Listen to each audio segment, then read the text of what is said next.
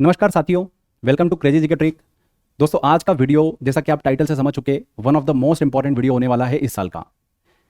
जनवरी 2025 से लेकर दिसंबर 2025 के बीच के 200 से ज़्यादा इंपॉर्टेंट क्वेश्चंस मैंने निकाले हैं करंट अफेयर के, जो कि एग्जाम पॉइंट ऑफ व्यू से भयंकर इंपॉर्टेंट है। मतलब ऐसा है कि आपको कई सारे क्वेश्चंस, मान लो कि 10 क्वेश्चन करंट अफेयर के पूछे, तो 10 में से नहीं करते हुए भी 6 से 7 क्वेश्चन आपको इसी वीडियो से देखने को मिल जाएंगे। तो इतना इंपॉर्टेंट वीडियो है कि एग्जाम में जाने से पहले इस वीडियो को जरूर देख के जाइएगा।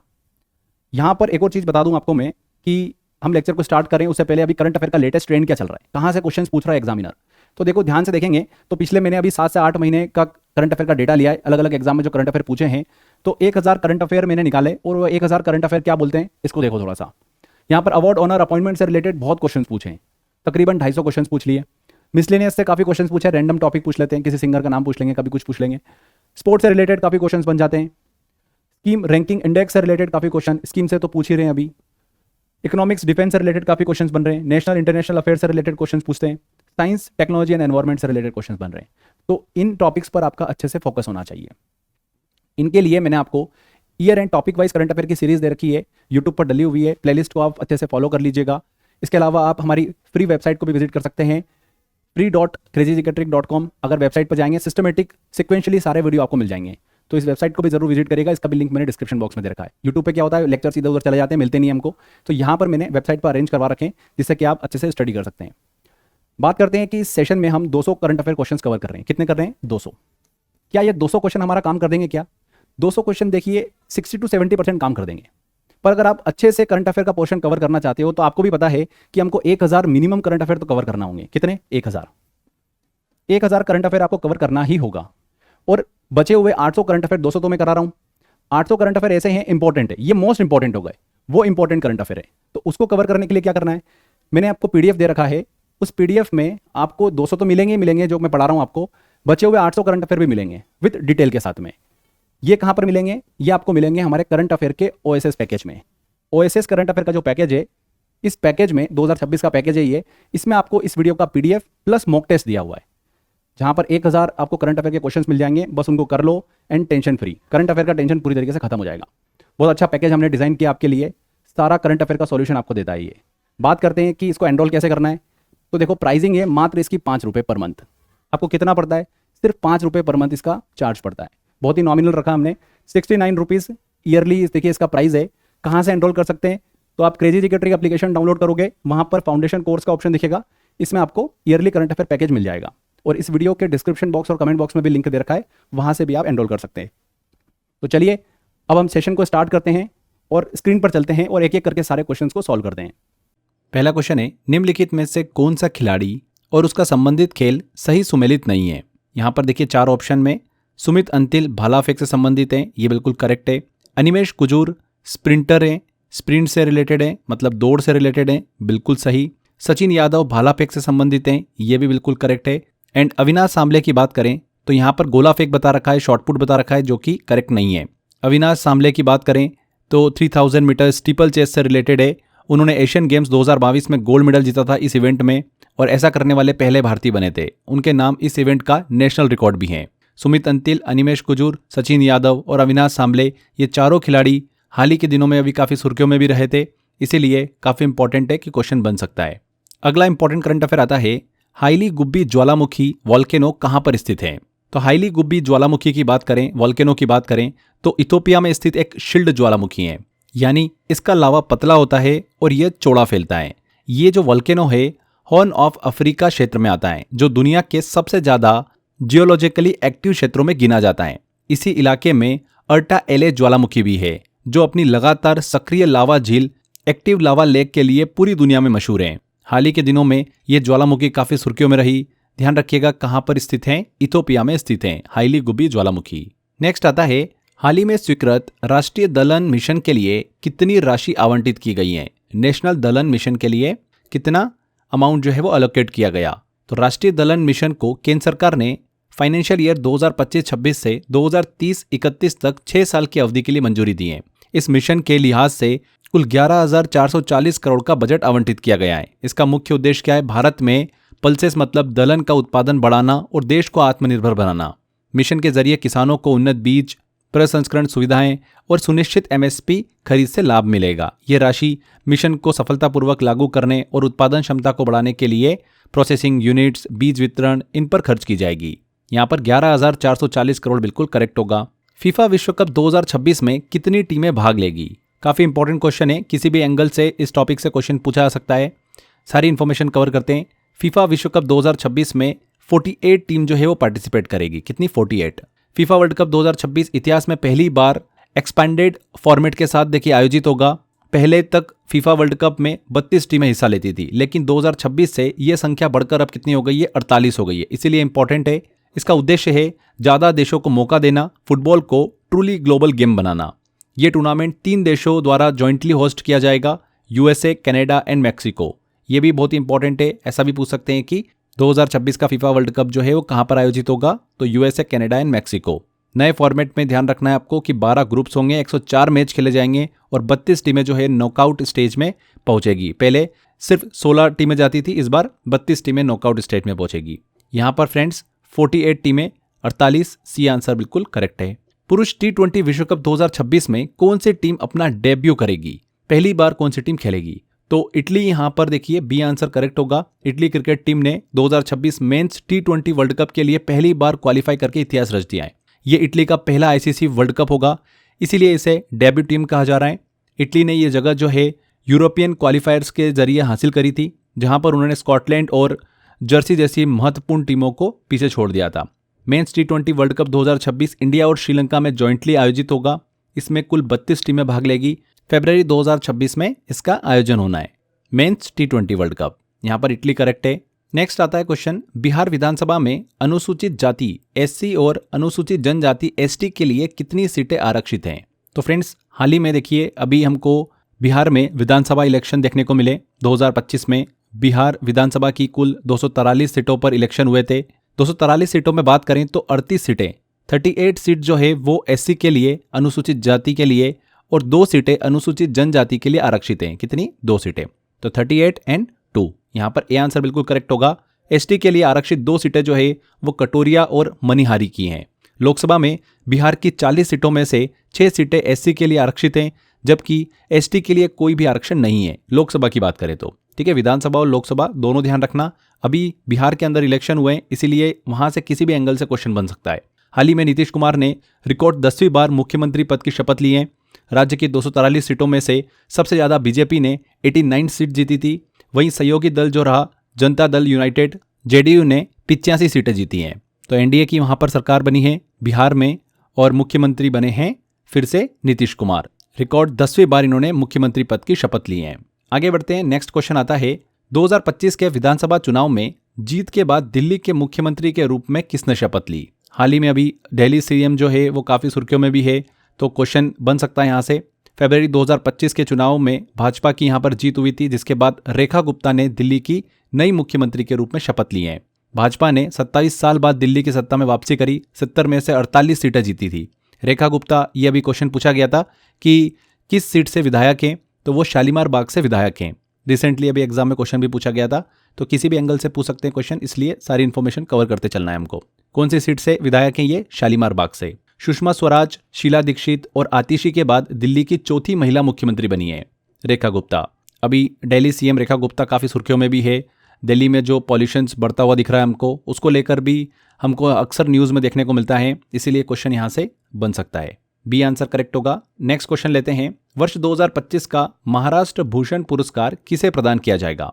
तो महाराष्ट्र सरकार ने प्रसिद्ध मूर्तिकार रामवी सुतार को वर्ष 2025 का महाराष्ट्र भूषण पुरस्कार देने की घोषणा करी है। वे दुनिया की सबसे ऊंची प्रतिमा स्टैच्यू ऑफ यूनिटी को डिजाइन करने के लिए प्रसिद्ध हैं। सरदार पटेल की जो मूर्ति है, ये महाराष्ट्र सरकार का सर्वोच्च नागरिक सम्मान है, जिसमें 25 लाख नगद दिए जाते हैं। इन्हें 2016 में पद्म भूषण और 1999 में पद्मश्री भी मिल चुका है। 18 दिसंबर 2025 को 99 वर्ष की आयु में उनका निधन हो गया। ये पुरस्कार उनके अद्वितीय योगदान का सम्मान भी है। तो राम सुतार यहाँ पर बिल्कुल करेक्ट होगा। भारत के पहले स्वदेशी एंटी सबमरीन शेलो वाटरक्राफ्ट का नाम क्या है? तो INS अर्नाल भारत का पहला स्वदेशी एंटी सबमरीन शेलो वाटरक्राफ्ट है, जिसे GRAC ने बनाया है। इसका नाम महाराष्ट्र के अर्नाला द्वीप के नाम पर रखा गया। ये तटीय इलाकों में छिपी पनडुब्बियों को खोजने में सक्षम है। ये जहाज अभय श्रेणी के पुराने जहाजों की जगह लेगा और पानी के नीचे निगरानी करने का काम करेगा, सर्विलांस का काम करेगा। इसमें 80% से अधिक स्वदेशी सामग्री का उपयोग किया गया है।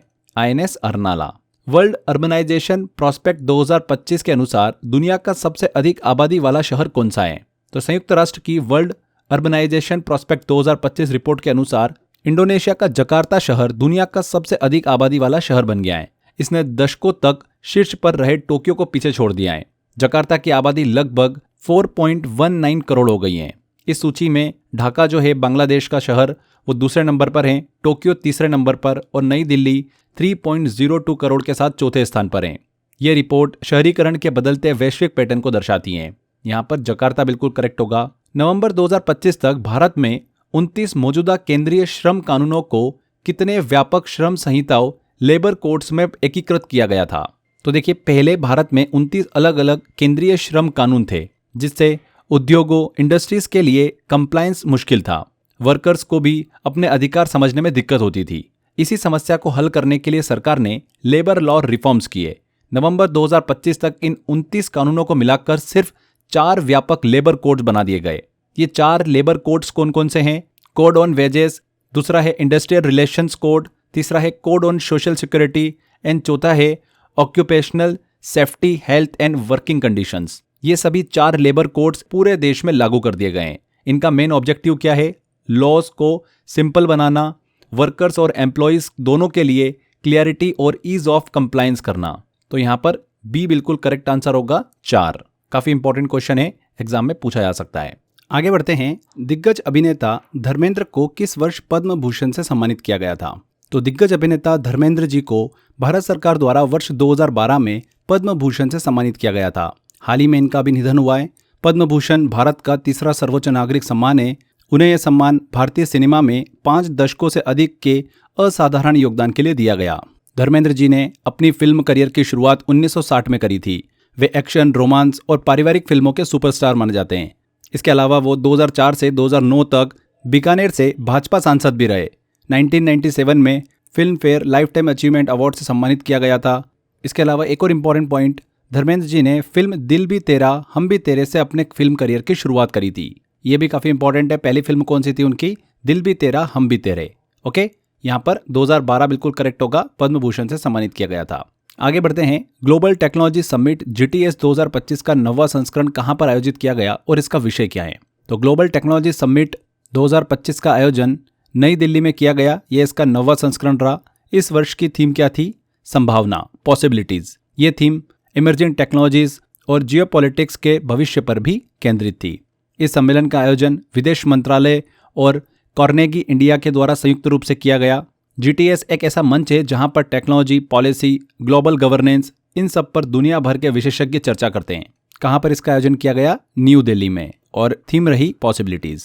अगला क्वेश्चन है, भारत एथलीट पासपोर्ट प्रबंधन इकाई मैनेजमेंट यूनिट लॉन्च करने वाला दुनिया का कौन से नंबर का देश बन गया है? तो अप्रैल 2025 में भारत ने अपनी खुद की athlete passport management unit APMU को लॉन्च किया।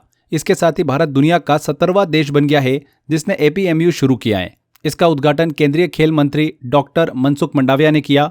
नेशनल डोप टेस्टिंग लेबोरेटरी नई दिल्ली में APMU वाडा विश्व डोपिंग रोधी जो एजेंसी होती है, वर्ल्ड एंटी डोपिंग एजेंसी, उसके स्टैंडर्ड्स के अनुसार काम करेगी। इसका मुख्य उद्देश्य है खिलाड़ियों के बायोलॉजिकल पासपोर्ट को ट्रैक करना, डोपिंग पर सख्त निगरानी रखना और क्लीन स्पोर्ट को बढ़ावा देना। India become the 17th country in the world to launch APMU। यहाँ पर सी आंसर। अगला करंट अफेयर आता है। भारत की सहायता से निर्मित की जा रही अरुण 3 जल विद्युत परियोजना हाइड्रो इलेक्ट्रिक प्रोजेक्ट किस देश में स्थित है? तो Arun 3 hydro electric project Bharat की सहायता से नेपाल में विकसित की जा रही है। ये परियोजना नेपाल के शंकुवासभा जिले में स्थित है। ये एक 900 मेगावाट क्षमता की हाइड्रो इलेक्ट्रिक प्रोजेक्ट है। इस परियोजना को भारत सरकार के उपक्रम SJVN सतलुज जल विद्युत निगम द्वारा विकसित किया जा रहा है। ये परियोजना अरुण नदी पर बनाई जा रही है और नेपाल की सबसे बड़ी पन बिजली परियोजनाओं में से एक है, हाइड्रो इलेक्ट्रिक प्रोजेक्ट में से एक है। इस समझौते के अनुसार नेपाल को कुछ बिजली मुफ्त में मिलेगी, जिससे नेपाल की ऊर्जा ज़रूरतें भी पूरी होगी और इसी के साथ भारत और नेपाल का एनर्जी कॉर्पोरेशन और भी मजबूत होगा। कहाँ पर स्थित है अरुण 3 जल विद्युत परियोजना? नेपाल में। 2025 महिला क्रिकेट विश्व कप में प्लेयर ऑफ द सीरीज का पुरस्कार किस खिलाड़ी को दिया गया? वेरी वेरी इंपॉर्टेंट क्वेश्चन है। देखिए इस टॉपिक से रिलेटेड 101% आपको क्वेश्चन देखने को मिलेगा एग्जाम में।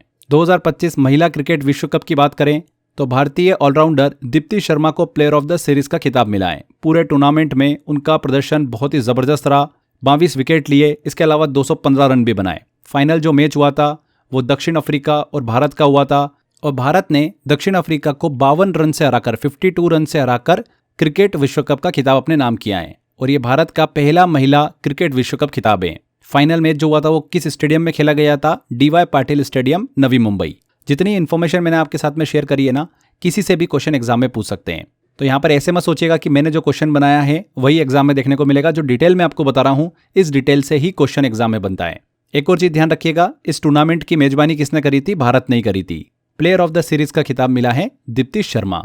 अगला क्वेश्चन है, भारत का दूसरा यूनेस्को सिटी ऑफ गैस्ट्रोनॉमी किसे घोषित किया गया? सिटी ऑफ गैस्ट्रोनॉमी मतलब खान पान वाला शहर। तो अक्टूबर 2025 में यूनेस्को ने लखनऊ को भारत का दूसरा सिटी ऑफ गैस्ट्रोनॉमी घोषित किया है। इससे पहले 2019 में हैदराबाद को घोषित किया था भारत का पहला यूनेस्को सिटी ऑफ गैस्ट्रोनॉमी।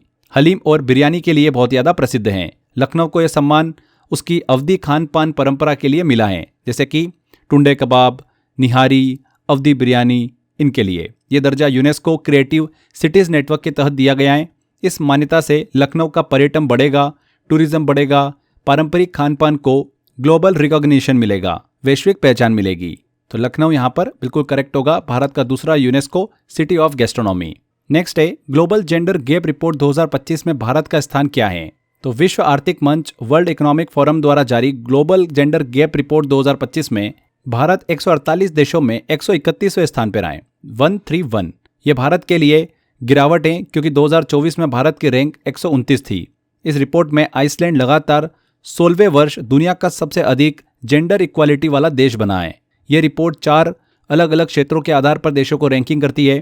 ध्यान रखिएगा, भारत की रैंक क्या रही है 2025 में? 131। India rank in global gender gap report 2025 131। Next आता है, भारत ने ईरान से अपने नागरिकों को निकालने के लिए कौन सा मिशन शुरू किया? तो जून 2025 में भारत ने ईरान और इजराइल के बीच बढ़ते तनाव के कारण वहां फंसे भारतीय नागरिकों को सुरक्षित निकालने के लिए ऑपरेशन सिंधु शुरू किया है। इस मिशन के तहत भारतीय वायुसेना और कमर्शियल फ्लाइट्स के माध्यम से हजारों भारतीयों को वापस लाया गया। जब ईरान ने अपना एयर स्पेस बंद कर दिया तब भारत ने आर्मेनिया और तुर्कमेनिस्तान के रास्ते अल्टरनेट रूट बनाए थे। ये ऑपरेशन भारत की क्राइसिस डिप्लोमेसी और अपने नागरिकों की सुरक्षा के प्रति प्रतिबद्धता को दर्शाता है। तो भारत ने ईरान से अपने नागरिकों को निकालने के लिए कौन सा ऑपरेशन शुरू किया था? Operation Sindhu. C answer. International society of blood transfusion ISBT द्वारा मान्यता प्राप्त नए रक्त समूह का नाम क्या है? काफी इंपॉर्टेंट क्वेश्चन है। International society of blood transfusion ने EMM नेगेटिव को 42वें रक्त समूह प्रणाली 22nd ब्लड ग्रुप सिस्टम के रूप में आधिकारिक मान्यता दी है। किसको? EMM नेगेटिव को। भारत में इसका पहला मामला गुजरात के राजकोट में सामने आया। इस व्यक्ति के खून में सामान्य रूप से पाए जाने वाला EMM एंटीजन मौजूद नहीं था। खास बात यह है कि लगभग सभी इंसानों में EMM एंटीजन मौजूद होता है, लेकिन EMM नेगेटिव व्यक्ति न तो सामान्य खून ले सकता है और न ही किसी को सामान्य खून दे सकता है। इसी कारण इसे दुनिया का सबसे दुर्लभ रक्त समूह, रेयरेस्ट ब्लड ग्रुप माना जा रहा है। वेरी वेरी इंपॉर्टेंट क्वेश्चन है। New blood group recognised by ISBT कौन सा है? EMM negative. यहाँ पर सी आंसर। यहाँ पर नेक्स्ट क्वेश्चन की तरफ चलें उससे पहले कई सारे बच्चों का क्वेरी होता है कि सर GS को लास्ट टाइम में हम कैसे रिवाइज कर सकते हैं, कैसे हम to the point exam oriented content को कवर कर पाएं एग्जाम से जस्ट पहले। तो उसका देखिए मैंने आपको सबसे बेस्ट सॉल्यूशन दे रखा है, मेरा 100 आवर GS का कोर्स। 100 घंटे के अंदर सिस्टमेटिक तरीके से to the point exam oriented वही चीज़ें जो एग्जामिनर लगातार रिपीट कर रहा है एग्जाम में, उनको ध्यान में रखते हुए मैंने आपके लिए कोर्स डिज़ाइन करा है। ऑलमोस्ट सभी सब्जेक्ट्स मैंने इसके अंदर कवर किए हैं। अगर आप देखिए लास्ट टाइम रिवीजन के हिसाब से देख रहे हैं तो सबसे बेस्ट कोर्स है आपके लिए ये। आपको कुछ भी पढ़ने की ज़रूरत नहीं पड़ेगी। अगर आपका फाउंडेशन अच्छा है तो 100% आपको यहाँ पर रिजल्ट मिलने वाला है। सबसे बड़ा चैलेंज यही होता है एग्जाम से जस्ट पहले कि हम कंटेंट को कैसे रिवाइज कर पाएँ। इतना सारा कंटेंट होता है, इतने सारे सब्जेक्ट होते हैं, तो उसको ध्यान में रखते हुए मैंने ये कोर्स आपके लिए डिज़ाइन करा है। यहाँ पर हमने कॉन्सेप्ट से भी पढ़ा है, ट्रिक से भी पढ़ा है और इमेजिनेशन के थ्रू भी यहाँ पर कंटेंट को कवर किया है। हिंदी इंग्लिश मिक्स में आपको यहाँ पर मैंने पढ़ा रखा है। नोट्स आपको मिल जाते हैं इस कोर्स के अंदर। इंपॉर्टेंट क्वेश्चंस दे रखे हैं, टॉपिक वाइज क्वेश्चंस दे रखे हैं एंड PYQ भी यहाँ पर मैंने आपको दे रखे हैं। तो बहुत अच्छे से सिस्टमेटिक तरीके से बनाया हुआ कोर्स है। मात्र देखिए 799 में आप इस कोर्स को एनरोल कर सकते हैं। लिंक मैंने डिस्क्रिप्शन बॉक्स और कमेंट बॉक्स में दे रखा है। इसके अलावा आप हमारी क्रेजी जीके ट्रिक एप्लीकेशन को भी डाउनलोड कर सकते हैं, वहां पर भी आपको ऑप्शन मिल जाएगा फाउंडेशन कोर्स में। तो एक छोटी सी बट जरूरी इन्फॉर्मेशन थी उन बच्चों के लिए जो जीएस को लेकर एग्जाम से पहले देखिए परेशान होते हैं। नेक्स्ट क्वेश्चन लेते हैं अब। आईपीएल 2025 की विजेता टीम रॉयल चैलेंजर्स बेंगलुरु के कप्तान कौन थे? तो आईपीएल 2025 की विजेता टीम रही थी आरसीबी, उसके कप्तान रहे थे रजत पाटीदार। उनकी कप्तानी में आरसीबी ने अपना पहला आईपीएल खिताब जीता। फाइनल जो हुआ था वो पंजाब किंग्स और रॉयल चैलेंजर्स बेंगलुरु के बीच हुआ था। आरसीबी फैंस के लिए बहुत ही हिस्टोरिक जीत रही है, क्योंकि टीम 2008 से अपनी पहली ट्रॉफी का इंतजार कर रही थी। तो आईपीएल 2025 का खिताब जीता रॉयल चैलेंजर्स बेंगलुरु ने, और इस विजेता टीम के कप्तान थे रजत पाटीदार। नेक्स्ट आता है क्वेश्चन, किस राज्य ने भारत में पहली बार मोबाइल आधारित ई वोटिंग सुविधा शुरू की है? तो जून 2025 में बिहार भारत का पहला राज्य बना जिसने मोबाइल आधारित ई वोटिंग सुविधा शुरू करी है। यह सुविधा नगर पालिका चुनावों के लिए लागू की गई। वोटिंग के लिए SEC BHR मोबाइल ऐप का उपयोग किया गया। यह सुविधा विशेष रूप से इन वर्गों के लिए शुरू की गई थी जो सीनियर सिटीजन में आते हैं, person with disabilities and essential service workers. इसका उद्देश्य है वोटर टर्नआउट बढ़ाना और उन लोगों को वोट देने का मौका देना जो बूथ तक नहीं पहुंच सकते हैं। सिक्योरिटी के लिए मल्टी लेयर वेरिफिकेशन रखा गया, बायोमेट्रिक प्लस OTP जैसे उपाय बनाए गए। तो India's first mobile based e voting state कौन सा बना है? बिहार बना है। B answer. बिहार का पहला परमाणु रिएक्टर कहां पर स्थापित किया जाएगा? तो बिहार का पहला परमाणु ऊर्जा संयंत्र न्यूक्लियर पावर प्लांट नवदा जिले के रजौली क्षेत्र में स्थापित किया जाएगा। केंद्र सरकार ने इस परियोजना को इन प्रिंसिपल अप्रूवल दे दिया है, सैद्धांतिक मंजूरी दे दी है। परियोजना की कुल क्षमता 1400 मेगावाट की होगी, यानी 700 मेगावाट की 2 यूनिट्स। संयंत्र को ठंडा करने के लिए पास में ही मौजूद फुलवरिया बांध का उपयोग किया जाएगा। इसके महत्व की बात करें तो ये पूर्वी भारत की प्रमुख न्यूक्लियर परियोजनाओं में से एक होगी। बिहार को बिजली उत्पादन में आत्मनिर्भर बनाने की दिशा में एक बहुत ही बड़ा कदम है। तो Bihar first nuclear reactor location कौन सी रही है? रजौली, नवादा। आगे बढ़ते हैं। दुनिया की सबसे ऊंची 7 चोटियों पर चढ़ने वाले सबसे कम उम्र के भारतीय पर्वतारोही कौन है? कौन है? विश्वनाथ कार्तिकेयन।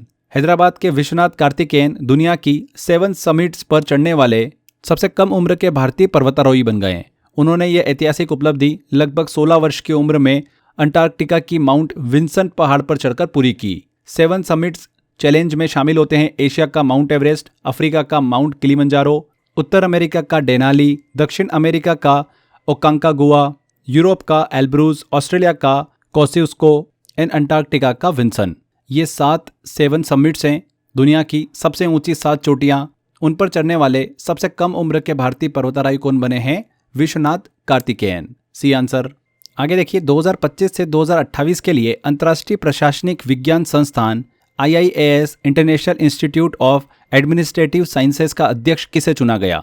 किसे चुना गया? भारत को। भारत की ओर से डॉक्टर V श्रीनिवास, जो कि सेक्रेटरी हैं administrative reforms and public grievances के। 94 साल के इतिहास में यह पहली बार है जब कोई भारतीय IIAS का अध्यक्ष बना है। यह भारत की बहुत ही बड़ी कूटनीतिक और प्रशासनिक उपलब्धि भी है। IIAS की स्थापना 1930 में हुई थी। इसका मुख्यालय ब्रुसेल्स, बेल्जियम में है। यह संस्था पब्लिक एडमिनिस्ट्रेशन और गवर्नेंस, शासन व्यवस्था से जुड़े वैश्विक शोध और नीतिगत सहयोग का प्रमुख मंच है। भारत का चयन इस बात को भी दर्शाता है कि डिजिटल गवर्नेंस, एडमिनिस्ट्रेटिव रिफॉर्म्स और ईज ऑफ गवर्नेंस के क्षेत्र में भारत के प्रयासों को अंतर्राष्ट्रीय स्तर पर मान्यता मिल रही है। तो IIAS प्रेसिडेंट 2025 से 2028 तक कौन बना है? इंडिया बना है। और रिप्रेजेंटेटिव कौन है? Doctor V Srinivas. आगे बढ़ते हैं। दूसरे e sport world cup 2025 EWC का ग्लोबल एम्बेसडर किसे नियुक्त किया गया? तो दूसरे ई स्पोर्ट्स वर्ल्ड कप 2025 के लिए क्रिस्टियानो रोनाल्डो को ग्लोबल एम्बेसडर नियुक्त किया गया है। यह मेगा इवेंट सऊदी अरेबिया में आयोजित किया गया। इसे दुनिया का सबसे बड़ा ई स्पोर्ट एंड गेमिंग फेस्टिवल माना गया। प्राइस पूल लगभग $70 मिलियन का रहा, यानी 580 करोड़ से अधिक का, जो इसे अब तक का सबसे बड़ा ई स्पोर्ट टूर्नामेंट बनाता है। EWC 2025 की थीम क्या रही? राइज अबव, जो गेमिंग में एक्सीलेंस और ग्लोबल कंपटीशन को दर्शाती हैं। तो EWC 2025 global ambassador Cristiano Ronaldo. Host कहां पर हुआ था? सऊदी अरेबिया में। नेक्स्ट आता है, फिल्म फेयर पुरस्कार 2025 में सर्वश्रेष्ठ अभिनेत्री का पुरस्कार किसने जीता है? तो फिल्म फेयर पुरस्कार 2025 में सर्वश्रेष्ठ अभिनेत्री तो आपको पता रखना ही है, आलिया भट्ट ने ये पुरस्कार अपने नाम किया है। बेस्ट एक्ट्रेस का पुरस्कार उन्हें मिला। इसका आयोजन कहां पर हुआ था? 70वें फिल्म फेयर अवार्ड 2025 का आयोजन अहमदाबाद में हुआ। उन्हें यह सम्मान फिल्म जिगरा के लिए दिया गया। यह आलिया भट्ट का लगातार तीसरा best actress film fair award है, जो उनकी मजबूत अभिनय क्षमता को दर्शाता है। इसी समारोह में फिल्म लापता लेडीज को बेस्ट फिल्म का अवार्ड मिला है। बेस्ट एक्टर का पुरस्कार कार्तिक आर्यन उनकी फिल्म चंदू चैंपियन के लिए और अभिषेक बच्चन को उनकी film I want to talk के लिए दिया गया। बेस्ट एक्टर का खिताब कार्तिक आर्यन और अभिषेक बच्चन को मिला है और बेस्ट एक्ट्रेस का अवार्ड आलिया भट्ट को मिला है और बेस्ट फिल्म का अवार्ड मिला है लापता लेडीज को। तीनों चारों इन्फॉर्मेशन आपको दिमाग में रखते हुए चलना है, किसी से भी क्वेश्चन बन सकता है। अगला आता है राइट टू डिस्कनेक्ट विधेयक पेश करने वाला पहला भारतीय राज्य कौन सा है। तो केरल भारत का पहला राज्य बन गया जिसने राइट टू डिस्कनेक्ट विधेयक पेश किया है। इस कानून का मुख्य उद्देश्य कर्मचारियों का वर्क लाइफ बैलेंस को बेहतर बनाना है। इसके तहत ऑफिस टाइम के बाद कर्मचारी को बॉस के फोन, मैसेज या फिर ईमेल का जवाब देने के लिए मंजूर नहीं किया जा सकता। यह कदम कर्मचारियों के मानसिक स्वास्थ्य, मेंटल हेल्थ और एम्प्लॉय राइट्स की सुरक्षा के लिए उठाया गया है। दुनिया के कई देशों जैसे कि फ्रांस में पहले से ये कानून लागू हैं और अब भारत में इसकी शुरुआत केरल से हुई है। तो first state with right to disconnect bill कौन सा है? केरल है। 2025 सुल्तान ऑफ जोहर कप में भारत ने कौन सा पदक जीता है? तो सुल्तान ऑफ जोहर कप 2025 एक अंडर 21 पुरुष हॉकी टूर्नामेंट है जो कि मलेशिया में आयोजित हुआ। फाइनल मुकाबले में भारत को ऑस्ट्रेलिया से 1-2 से हार का सामना करना पड़ा। इस हार के बाद भारत ने सिल्वर मेडल जीता है। ऑस्ट्रेलिया ने यह टूर्नामेंट तीसरी बार जीता। ग्रेट ब्रिटेन ने पाकिस्तान को हराकर ब्रॉन्ज मेडल अपने नाम किया। ये 5वीं बार है जब भारत इस टूर्नामेंट में रनर अप रहा है। यहाँ पर सिल्वर मेडल बिल्कुल करेक्ट होगा। निंगोल चाकोबा त्योहार किस समुदाय द्वारा मनाया जाता है? निंगोल चाकोबा मणिपुर के मैतेई समुदाय का एक प्रमुख सामाजिक त्योहार है। ये त्योहार भाई बहन के प्रेम और पारिवारिक रिश्तों को मजबूत बनाने का प्रतीक होता है। इस दिन विवाहित बेटियों को मायके बुलाकर भोजन कराया जाता है। त्योहार का अर्थ ही होता है विवाहित बेटी को भोजन का निमंत्रण। ये पर्व मणिपुरी कैलेंडर के हियांगई महीने में यानी अक्टूबर-नवंबर के बीच सेलिब्रेट किया जाता है। तो निंगोल चाकोबा मणिपुर के मैतेई समुदाय द्वारा बनाया जाने वाला एक सामाजिक त्योहार है। यहाँ पर पूछा गया है कि यह त्योहार किस समुदाय द्वारा मनाया जाता है, तो मैतेई द्वारा। भारत ने रिलोस समझौता किस देश के साथ किया था? तो भारत और रूस ने रिलोस समझौते को अंतिम रूप दिया है। इस समझौते के तहत दोनों देशों की सेनाएं एक दूसरे के सैन्य अड्डों, बंदरगाहों और लॉजिस्टिक सुविधाओं का उपयोग कर सकेगी।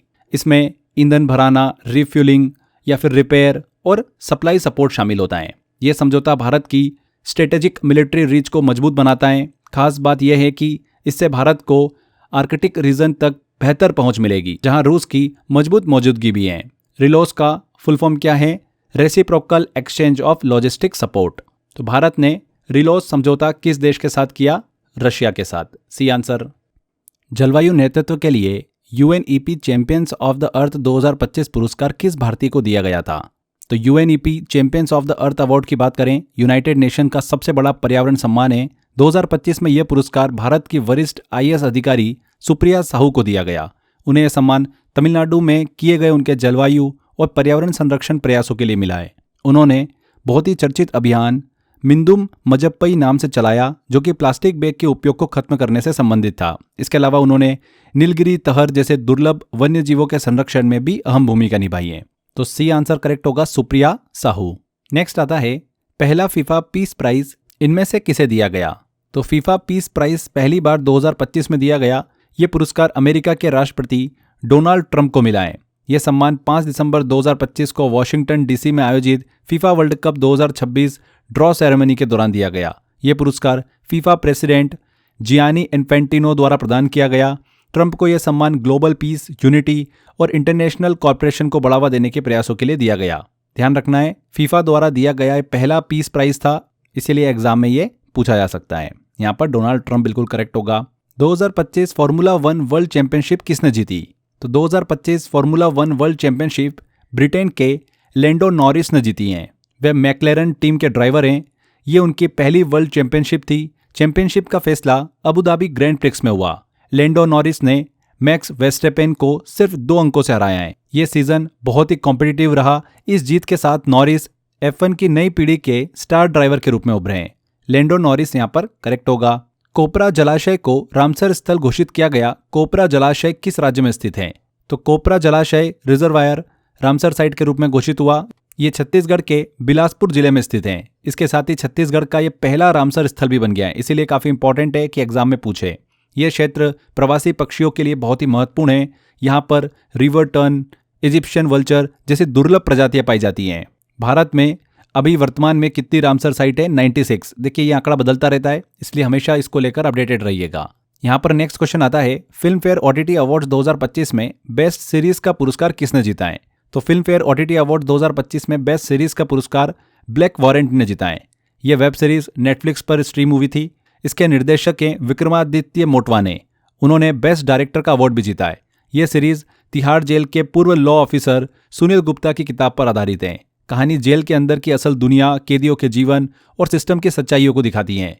ये एक हार्ड हिटिंग प्रिजन ड्रामा है, इसीलिए काफ़ी ज़्यादा चर्चा में रही। ब्लैक वारंट यहाँ पर करेक्ट होगा।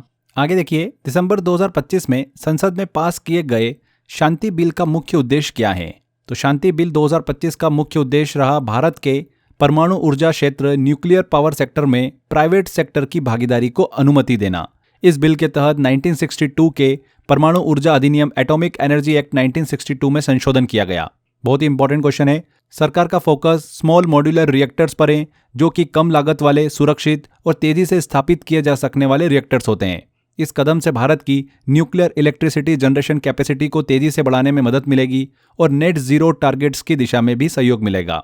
ये बिल निजीकरण नहीं बल्कि निजी भागीदारी, प्राइवेट पार्टिसिपेशनशिप को बढ़ावा देता है।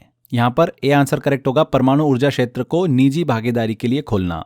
अगला है, लोकसभा में विकसित भारत गारंटी फॉर रोजगार एंड आजीविका मिशन विधेयक किस केंद्रीय मंत्री ने पेश किया? मोस्ट इंपॉर्टेंट क्वेश्चन है, आने वाली एग्जाम में डेफिनेटली आपको क्वेश्चन देखने को मिलेगा। इस मिशन का शॉर्ट फॉर्म ये भी है जी राम जी। आपने सुना भी होगा, काफ़ी न्यूज़ में रहा है। तो जी राम जी जो मिशन है, इसका उद्देश्य है पुराने मनरेगा मॉडल को अपग्रेड या फिर रिप्लेस करना। नई योजना को विकसित भारत 2047 विजन से जोड़ा गया। इस मिशन में सिर्फ अकुशल कार्य जैसे कि गड्ढे खोदना नहीं, बल्कि स्किल डेवलपमेंट, कौशल विकास और परमानेंट एसेट क्रिएशन पर भी जोर दिया जाएगा। लक्ष्य यह है कि ग्रामीण रोजगार सिर्फ मजदूरी तक सीमित न रहे, बल्कि स्थायी आजीविका भी बने। ये जरूर ध्यान रखिएगा कि इसका उद्देश्य है पुराने मनरेगा मॉडल को अपग्रेड करना। ओके, यहां पर किसने पेश किया? शिवराज सिंह चौहान ने। अगला आता है, स्क्वैश वर्ल्ड कप 2025 का विजेता कौन बना है? तो स्क्वैश वर्ल्ड कप 2025 का आयोजन चेन्नई में किया गया। भारत ने फाइनल में हांगकांग को 3-0 से हराकर ये खिताब जीता है।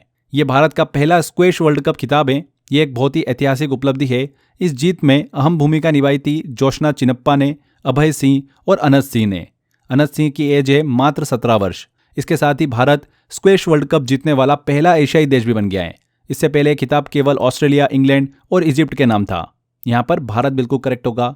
खिलाड़ियों और उनके खेलों का यहाँ पर सही मिलान करना है। एक एक करके ऑप्शन वाइज चेक करते हैं।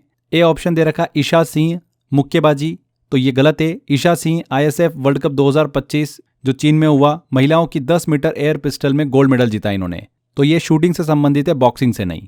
तो पहला वाला देखिए करेक्ट नहीं है। दूसरा देखते हैं, पूजा सिंह। पूजा सिंह हाई जंप दे रखा है यहाँ पर, ऊंची कूद, तो ये बिल्कुल करेक्ट है। भारत की एक उभरती हुई हाई जंपर है। उन्होंने हाल ही में एशियन यूथ एथलेटिक्स चैंपियनशिप में गोल्ड मेडल जीतकर काफी चर्चा बटोरी थी। तो यहाँ पर बी वाला आंसर जो है बिल्कुल करेक्ट है, तो यही आंसर सही होगा। बाकी सी और डी भी गलत है। निखत जरीन 100 मीटर यहाँ पर हडल्स दे रखा है, जो कि गलत है। निखत जरीन जो है बॉक्सिंग से रिलेटेड है। ज्योति यारा जी एथलेटिक्स से रिलेटेड है। 110 मीटर हडल्स में इन्होंने भी गोल्ड मेडल जीता था अभी रिसेंटली एशियन एथलेटिक्स चैंपियनशिप में। तो ये भी पेयर यहाँ पर सही नहीं है, सिर्फ पूजा सिंह हाई जंप वाला करेक्ट होगा। दोस्तों यहाँ पर आगे बढ़ें उससे पहले आप सभी के लिए एक छोटी सी इन्फॉर्मेशन है। करंट अफेयर की शंखनाद बुक का ईयरली वर्जन जो है वो अवेलेबल हो चुका है। जनवरी से लेकर दिसंबर तक के सभी इंपॉर्टेंट करंट अफेयर आपको सिस्टमेटिक तरीके से इस बुक के अंदर मिल जाएंगे। आप इस बुक को ऑर्डर भी कर सकते हैं या फिर आप इसका PDF भी डाउनलोड कर सकते हैं। दोनों ऑप्शन आपको क्रेजी जीके ट्रिक एप्लीकेशन पर मिल जाएंगे। बहुत ही अच्छे से छोटी छोटी एंड सिस्टमेटिक इन्फॉर्मेशन हमने यहाँ पर कवर करी है। अच्छे से अगर आपने इस बुक को पढ़ लिया और 1-2 बार अगर रिवाइज कर लिया तो करंट अफेयर का टेंशन पूरी तरीके से खत्म हो जाता है। अगर आप ये बुक ऑर्डर करना चाहते हैं या PDF डाउनलोड करना चाहते हैं तो लिंक मैंने डिस्क्रिप्शन बॉक्स और कमेंट बॉक्स में दे रखा है। तो छोटी सी इन्फॉर्मेशन थी। वापस आते हैं हमारे लेक्चर पर। आगे देखिए, 2025 के लिए world athletes of the year किसे चुना गया? तो वर्ल्ड एथलेटिक्स ने स्वीडन के बहुत ही फेमस एथलीट आर्मंड डुप्लांटिस को और अमेरिका की सिडनी मैकलॉगलिन को world athlete of the year 2025 चुना है। डुप्लांटिस की बात करें तो 2025 में पोल वॉल्ट में अपना ही वर्ल्ड रिकॉर्ड 4 बार तोड़ा इन्होंने और टोक्यो में 6.30 मीटर की यहाँ पर छलांग लगाकर रिकॉर्ड बनाया। सिडनी की बात करें तो 400 मीटर फ्लेट और 400 मीटर हडल्स दोनों में वर्ल्ड टाइटल जीतने वाली पहली एथलीट भी बनी। तो यहाँ पर फ्रेंड्स डी आंसर बिल्कुल करेक्ट होगा, आर्मन डुप्लांटिस और सिडनी मैकलॉगलिन को। अगला क्वेश्चन आता है, किस हवाई अड्डे का नाम बदलकर भारतीय राजनेता डीबी पाटिल के नाम पर रखा गया है? तो नवी मुंबई अंतर्राष्ट्रीय हवाई अड्डे का नाम बदलकर अब आधिकारिक रूप से लोक नेता डीबी पाटिल अंतर्राष्ट्रीय हवाई अड्डा कर दिया गया है। डीबी पाटिल एक बड़े किसान नेता और सांसद थे। उन्होंने नवी मुंबई के विस्थापित किसानों के हक के लिए लंबा संघर्ष किया, खास करके 12.5% विकसित भूमि योजना के लिए। ये नामकरण स्थानीय लोगों यानी कि सन्स ऑफ द सोइल की लंबे समय से चली आ रही मांग के बाद हुआ। ये नया एयरपोर्ट मुंबई के छत्रपति शिवाजी महाराज अंतर्राष्ट्रीय हवाई अड्डे का लोड कम करने के लिए बनाया गया है। तो नवी मुंबई एयरपोर्ट का नाम जो है वो डीबी पाटिल के नाम पर रखा गया, डीबी पाटिल अंतर्राष्ट्रीय हवाई अड्डा। B answer. कर्नाटक सरकार द्वारा महात्मा गांधी सेवा पुरस्कार 2025 से किसे सम्मानित किया गया? तो प्रसिद्ध इतिहासकार और लेखक रामचंद्र गुहा को कर्नाटक सरकार ने महात्मा गांधी सेवा पुरस्कार 2025 से सम्मानित किया। ये पुरस्कार उन्हें महात्मा गांधी के जीवन, विचारों और दर्शन पर किए गए रिसर्च और लेखन के लिए दिया गया। एक और चीज क्लियर रखिएगा, उनकी एक प्रसिद्ध किताब इंडिया आफ्टर गांधी आधुनिक भारतीय इतिहास को समझने के लिए एक रेफरेंस बुक मानी जाती है। रामचंद्र गुहा बिल्कुल करेक्ट होगा। IUCN केंटन मिलर अवार्ड 2025 जीतने वाले पहले भारतीय कौन बने हैं? तो doctor Sonali Ghosh IUCN Kenton Miller award 2025 जीतने वाली पहली भारतीय बन गई हैं। वे काजीरंगा नेशनल पार्क की पहली महिला फील्ड डायरेक्टर भी रह चुकी हैं। उन्हें यह पुरस्कार अक्टूबर 2025 में अबू धाबी में आयोजित वर्ल्ड कंजर्वेशन कांग्रेस में दिया गया। केंटन मिलर अवार्ड ये प्रोटेक्टेड एरियाज, संरक्षित क्षेत्रों के बेहतर और नए प्रबंधन तरीकों के लिए दिया जाता है। Doctor Sonali Ghosh, D option. प्रतिष्ठित सशस्त्र रामानुजन पुरस्कार 2025 से किसे सम्मानित किया गया? तो वर्ष 2025 का सशस्त्र रामानुजन पुरस्कार अमेरिकी गणितज्ञ डॉक्टर अलेक्जेंडर स्मिथ को दिया गया। ये पुरस्कार 32 वर्ष से कम उम्र के उन गणितज्ञों को दिया जाता है जिन्होंने रामानुजन की रुचि के क्षेत्र में काम किया हो, खास तौर पर number theory, congruent number problem and elliptic curves के क्षेत्र में। ये पुरस्कार जो होता है हर साल 22 दिसंबर को तमिलनाडु में रामानुजन के जन्मदिन पर दिया जाता है। यहाँ पर अलेक्जेंडर स्मिथ बिल्कुल करेक्ट होगा। Wild life photographer of the year 2025 का ओवरऑल कैटेगरी अवार्ड किसने जीता है? काफी इंपॉर्टेंट क्वेश्चन है। ये अवार्ड जीता है साउथ अफ्रीका के विम वैन डेन हीवर ने। ओवरऑल कैटेगरी में इन्होंने wild life photographer of the year 2025 का खिताब जीता है। उनकी विजेता तस्वीर का नाम है गोस्ट टाउन विजिटर। इस तस्वीर में नामीबिया के वीरान शहर कोलमनस्कोप में एक लकड़बग्गा हाइना दिखाई देता है। इस एक परफेक्ट शॉट के लिए उन्होंने 10 साल से ज़्यादा समय तक मेहनत की। ये फोटो दर्शाती है कि कैसे नेचर धीरे धीरे मानव निर्मित स्थानों को वापस अपने कब्जे में ले लेती हैं। यहाँ पर बी आंसर करेक्ट होगा, Vim van den Hever. Bharat की पहली ड्रोन सिटी किस राज्य में विकसित की जाएगी? तो भारत की पहली ड्रोन सिटी आंध्र प्रदेश के कुर्नूल जिले के ओरवाकल में विकसित की जा रही है।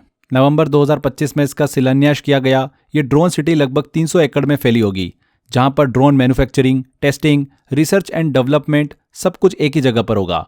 यहाँ दुनिया की सबसे बड़ी ड्रोन टेस्टिंग फैसिलिटी भी बनाई जाएगी। इसका बड़ा लक्ष्य है आंध्र प्रदेश को भारत की ड्रोन कैपिटल बनाना। काफी इंपॉर्टेंट क्वेश्चन है, आंध्र प्रदेश करेक्ट होगा। किस देश ने कफाला प्रणाली को खत्म करने का निर्णय लिया है, कफाला सिस्टम को? तो सऊदी अरब ने अपनी लेबर रिफॉर्म इनिशिएटिव के तहत विवादित कफाला सिस्टम को खत्म करने का फैसला किया है। कफाला प्रणाली की बात करें, सिस्टम की बात करें तो ये बोलती है कि जो भी विदेशी मजदूर सऊदी अरब में काम करता था वह पूरी तरह एक स्थानीय मालिक कफील पर निर्भर रहता था। बिना मालिक की अनुमति नौकरी नहीं बदल सकता था, देश छोड़कर नहीं जा सकता था।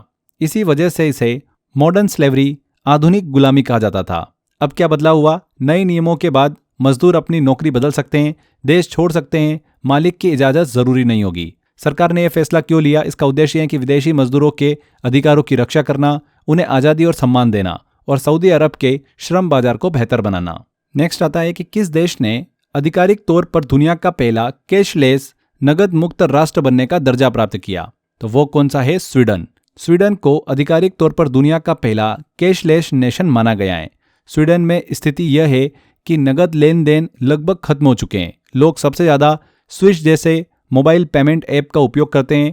आज हालत यह है कि कई दुकानों, कैफ़े और पब्लिक ट्रांसपोर्ट में कैश एक्सेप्ट नहीं किया जाता। स्वीडन का सेंट्रल बैंक अपनी डिजिटल करेंसी ई क्रोना पर भी तेजी से काम कर रहा है। इसी वजह से स्वीडन को डिजिटल इकोनॉमी का रोल मॉडल माना जाता है। यहाँ पर स्वीडन। कैम्ब्रिज डिक्शनरी का वर्ड ऑफ द ईयर 2025 क्या है? बेहतरीन क्वेश्चन है। देखिए, वर्ड ऑफ द ईयर 2025 है पैरासोशल। कैम्ब्रिज डिक्शनरी ने 2025 का वर्ड ऑफ द ईयर घोषित किया है पैरासोशल को। पैरासोशल रिलेशनशिप का मतलब ये होता है कि वन साइडेड रिलेशनशिप। कोई फैन जैसे कि सेलिब्रिटी, इन्फ्लुएंसर या फिर एआई कैरेक्टर से भावनात्मक जुड़ाव महसूस करता है, लेकिन सामने वाला व्यक्ति उस फैन को जानता तक नहीं है। सोशल मीडिया और आर्टिफिशियल इंटेलिजेंस के दौर में ऐसे रिश्ते तेजी से बढ़ते हैं। इसी वजह से पैरासोशल शब्द 2025 में सबसे ज्यादा चर्चा में रहा। यहाँ पर बी आंसर।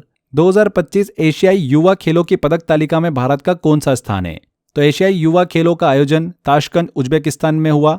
इन टूर्नामेंट की मेडल टेली में बात करें तो भारत को 6वें स्थान पर रखा गया है, मतलब 6th रैंक भारत को मिली है। भारतीय खिलाड़ियों ने एथलेटिक्स, शूटिंग, कुश्ती में शानदार प्रदर्शन किया। हमेशा की तरह चाइना पहले नंबर पर आए, जापान दूसरे पे और साउथ कोरिया तीसरे स्थान पर आए। एशिया यूथ गेम्स का मकसद युवा खिलाड़ियों को इंटरनेशनल एक्सपोजर देना होता है ताकि वे भविष्य की बड़ी प्रतियोगिता के लिए तैयार हो सके। भारत का पदक तालिका में स्थान रहा है 6th, 6ठा नंबर। नवंबर 2025 में 20वां G20 शिखर सम्मेलन कहां पर आयोजित किया गया? तो G20 समिट नवंबर 2025 में जोहान्सबर्ग, दक्षिण अफ्रीका में आयोजित किया गया। यह ऐतिहासिक इसलिए है क्योंकि पहली बार G20 शिखर सम्मेलन अफ्रीकी महाद्वीप पर हुआ। इस समिट की थीम क्या थी? Global solidarity and sustainable development, यानी कि वैश्विक एकजुटता और सतत विकास। यहाँ पर 20वां G20 शिखर सम्मेलन कहां पर आयोजित किया गया? Johannesburg, south Africa. नेक्स्ट है Deccan peace prize lifetime achievement award से किसे सम्मानित किया गया? तो प्रसिद्ध लेखक सलमान रुश्दी को Deccan peace prize lifetime achievement award 2025 से सम्मानित किया गया। ये सम्मान उन्हें दिया गया फ्रीडम ऑफ एक्सप्रेशन और लिटरेचर थ्रू पीस, साहित्य के माध्यम से शांति को बढ़ावा देने के लिए। 2022 में हुए हमले के बावजूद उन्होंने लिखना नहीं छोड़ा। उनकी हाल ही में जो किताब देखने को मिली, नाइफ, इसी घटना और उससे जुड़े अनुभवों पर आधारित है। कौन सी? Knife book. ये भी ध्यान रखिएगा। यहाँ पर Deccan peace prize lifetime achievement award 2025 से सम्मानित किया गया सलमान रुश्दी को। अगला करंट अफेयर आता है 56वें भारतीय अंतर्राष्ट्रीय फिल्म महोत्सव में गोल्डन पिकॉक पुरस्कार किस फिल्म ने जीता है? तो 56वां IFFI international film festival of India की बात करें तो इसका आयोजन हुआ गोवा में। इसमें फिल्म स्किन ऑफ यूथ ने गोल्डन पिकॉक अवार्ड जीता है। इंटरनेशनल फिल्म फेस्टिवल की बात करें तो एशिया के सबसे पुराने फिल्म फेस्टिवल में से एक है, जिसकी शुरुआत 1952 में हुई थी। यहाँ पर स्किन ऑफ यूथ। राष्ट्रपति द्रौपदी मुर्मू ने नवंबर 2025 में किस देश के 50वें स्वतंत्रता दिवस समारोह में भाग लिया? तो नवंबर 2025 में राष्ट्रपति द्रौपदी मुर्मू ने अंगोला का दौरा किया था। 50वें इंडिपेंडेंस डे यानी गोल्डन जुबली समारोह में चीफ गेस्ट के रूप में शामिल हुई। अंगोला को पुर्तगाल से आज़ादी मिले 50 साल पूरे हुए थे। इस मौके पर उन्हें अंगोला का सर्वोच्च नागरिक सम्मान ऑर्डर ऑफ अगस्टीनो नेटो भी दिया गया। ये किसी भारतीय राष्ट्रपति की पहली राजकीय यात्रा थी जो इंडिया अफ्रीका रिलेशन की मजबूती को दिखाती है। यहाँ पर अंगोला बिल्कुल करेक्ट होगा। प्रधानमंत्री नरेंद्र मोदी को किस देश द्वारा मित्र विभूषण पुरस्कार से सम्मानित किया गया? तो अप्रैल 2025 में श्रीलंका ने प्रधानमंत्री नरेंद्र मोदी को अपने देश के सर्वोच्च विदेशी सम्मान मित्र विभूषण से सम्मानित किया है। पीएम मोदी यह सम्मान पाने वाले पहले भारतीय नेता बने। यह सम्मान इसलिए दिया गया क्योंकि श्रीलंका के आर्थिक संकट, इकोनॉमिक क्राइसिस के समय भारत ने सबसे पहले और सबसे ज़्यादा मदद की। इसमें ईंधन, खाद्य सामग्री, दवाइयाँ और क्रेडिट लाइन शामिल थी। यहाँ पर श्रीलंका सही होगा। इंदिरा गांधी शांति पुरस्कार 2024 से किसे सम्मानित किया गया? तो इंदिरा गांधी शांति पुरस्कार 2024 दिया गया मिशेल बैचलेट को। चिली की पूर्व राष्ट्रपति रही हैं। इसके अलावा United Nations human right high commissioner भी रह चुकी हैं। उन्हें यह सम्मान मिला है ह्यूमन राइट्स की रक्षा के लिए, जेंडर इक्वालिटी और डेमोक्रेसी को मजबूत करने के लिए। यह पुरस्कार इंदिरा गांधी मेमोरियल ट्रस्ट द्वारा दिया जाता है। यहाँ पर मिशेल बैचलेट। नवंबर 2025 में COP30 शिखर सम्मेलन का आयोजन कहाँ पर हुआ? तो COP30 की बात करें कॉन्फ्रेंस ऑफ पार्टीज की, तो इसका आयोजन नवंबर 2025 में बेलेम, ब्राजील में हुआ। कहाँ पर? बेलेम में। इसे अमेजोन कॉप भी कहा गया क्योंकि यह अमेजन वर्षा वन के पास आयोजित हुआ था और यह पहला कॉप था जो अमेजोन क्षेत्र में आयोजित हुआ। इसका फोकस था डिफॉरेस्टेशन, मतलब वनों की कटाई रोकना, और बायोडाइवर्सिटी, जैव विविधता को बचाना। तो COP30 समिट का आयोजन हुआ बेलेम, ब्राजील में। 2023 के लिए दादा साहब फाल्के पुरस्कार से किसे सम्मानित किया गया? तो 2023 का दादा साहब फाल्के पुरस्कार दिया गया है मोहनलाल को। मलयालम सिनेमा के सुपरस्टार है मोहनलाल, उन्हें यह सम्मान दिया गया। ये भारत का सर्वोच्च सिनेमा सम्मान होता है। ये पुरस्कार उन्हें 71वें राष्ट्रीय फिल्म पुरस्कार में राष्ट्रपति द्रौपदी मुर्मू द्वारा प्रदान किया गया। मोहनलाल यह सम्मान पाने वाले दूसरे मलयाली कलाकार भी हैं। पहले थे अदूर गोपाल कृष्णन, 2004 में इन्हें पुरस्कार मिला था। दूसरे कौन है? मोहनलाल है। मोहनलाल को भारतीय सिनेमा के सबसे वर्सेटाइल एक्टर्स में गिना जाता है। यहाँ पर बी आंसर। सीमा पार से नशीली दवाओं की तस्करी को रोकने के लिए किस राज्य ने बाज आंख एंटी ड्रोन सिस्टम लॉन्च किया है? किसने करा है? पंजाब ने। पंजाब सीमा से होने वाली ड्रग स्मगलिंग को रोकने के लिए बाज आंख एंटी ड्रोन सिस्टम लॉन्च किया है। यह सिस्टम पाकिस्तान से आने वाले ड्रोन को डिटेक्ट करेगा और उन्हें न्यूट्रलाइज करने में मदद करेगा। यह सिस्टम पंजाब पुलिस द्वारा लगाया गया है और बीएसएफ को सपोर्ट करेगा। इसे सेकेंड लाइन ऑफ डिफेंस के रूप में भी देखा जा रहा है। यहाँ पर पंजाब बिल्कुल सही है। 2030 के राष्ट्रमंडल खेलों कॉमनवेल्थ गेम्स के लिए भारत ने किस शहर को मेजबानी शहर के रूप में नामांकित किया है? तो भारत ने यहाँ पर देखिए मेजबानी के लिए अहमदाबाद को अपने ऑफिशियली होस्ट सिटी नॉमिनी के रूप में चुना था और यहाँ पर अहमदाबाद को 2030 के राष्ट्रमंडल खेल कॉमनवेल्थ गेम की मेजबानी मिली है। 2010 के बाद भारत दूसरी बार कॉमनवेल्थ गेम को होस्ट करेगा। यहाँ पर अहमदाबाद बिल्कुल करेक्ट होगा।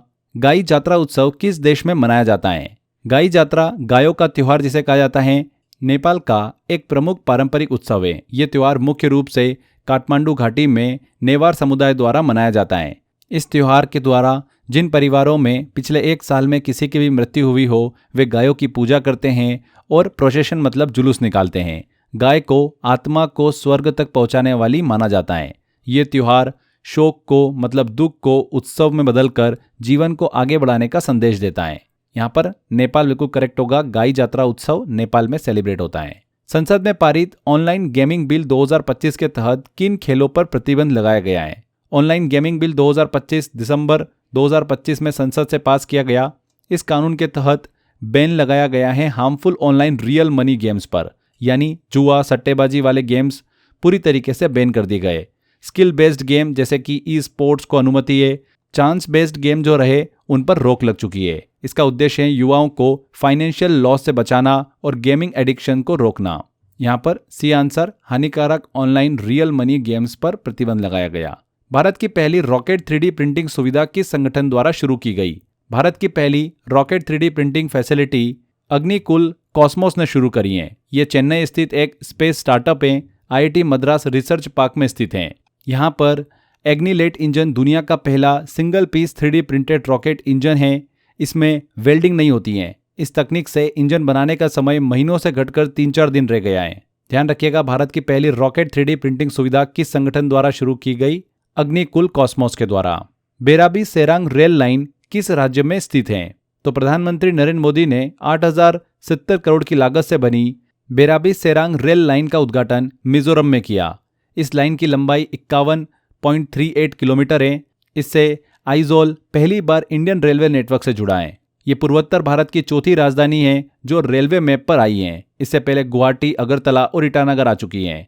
ये जो परियोजना है कनेक्टिविटी और डेवलपमेंट दोनों को बढ़ावा देगी। मिजोरम बिल्कुल करेक्ट होगा।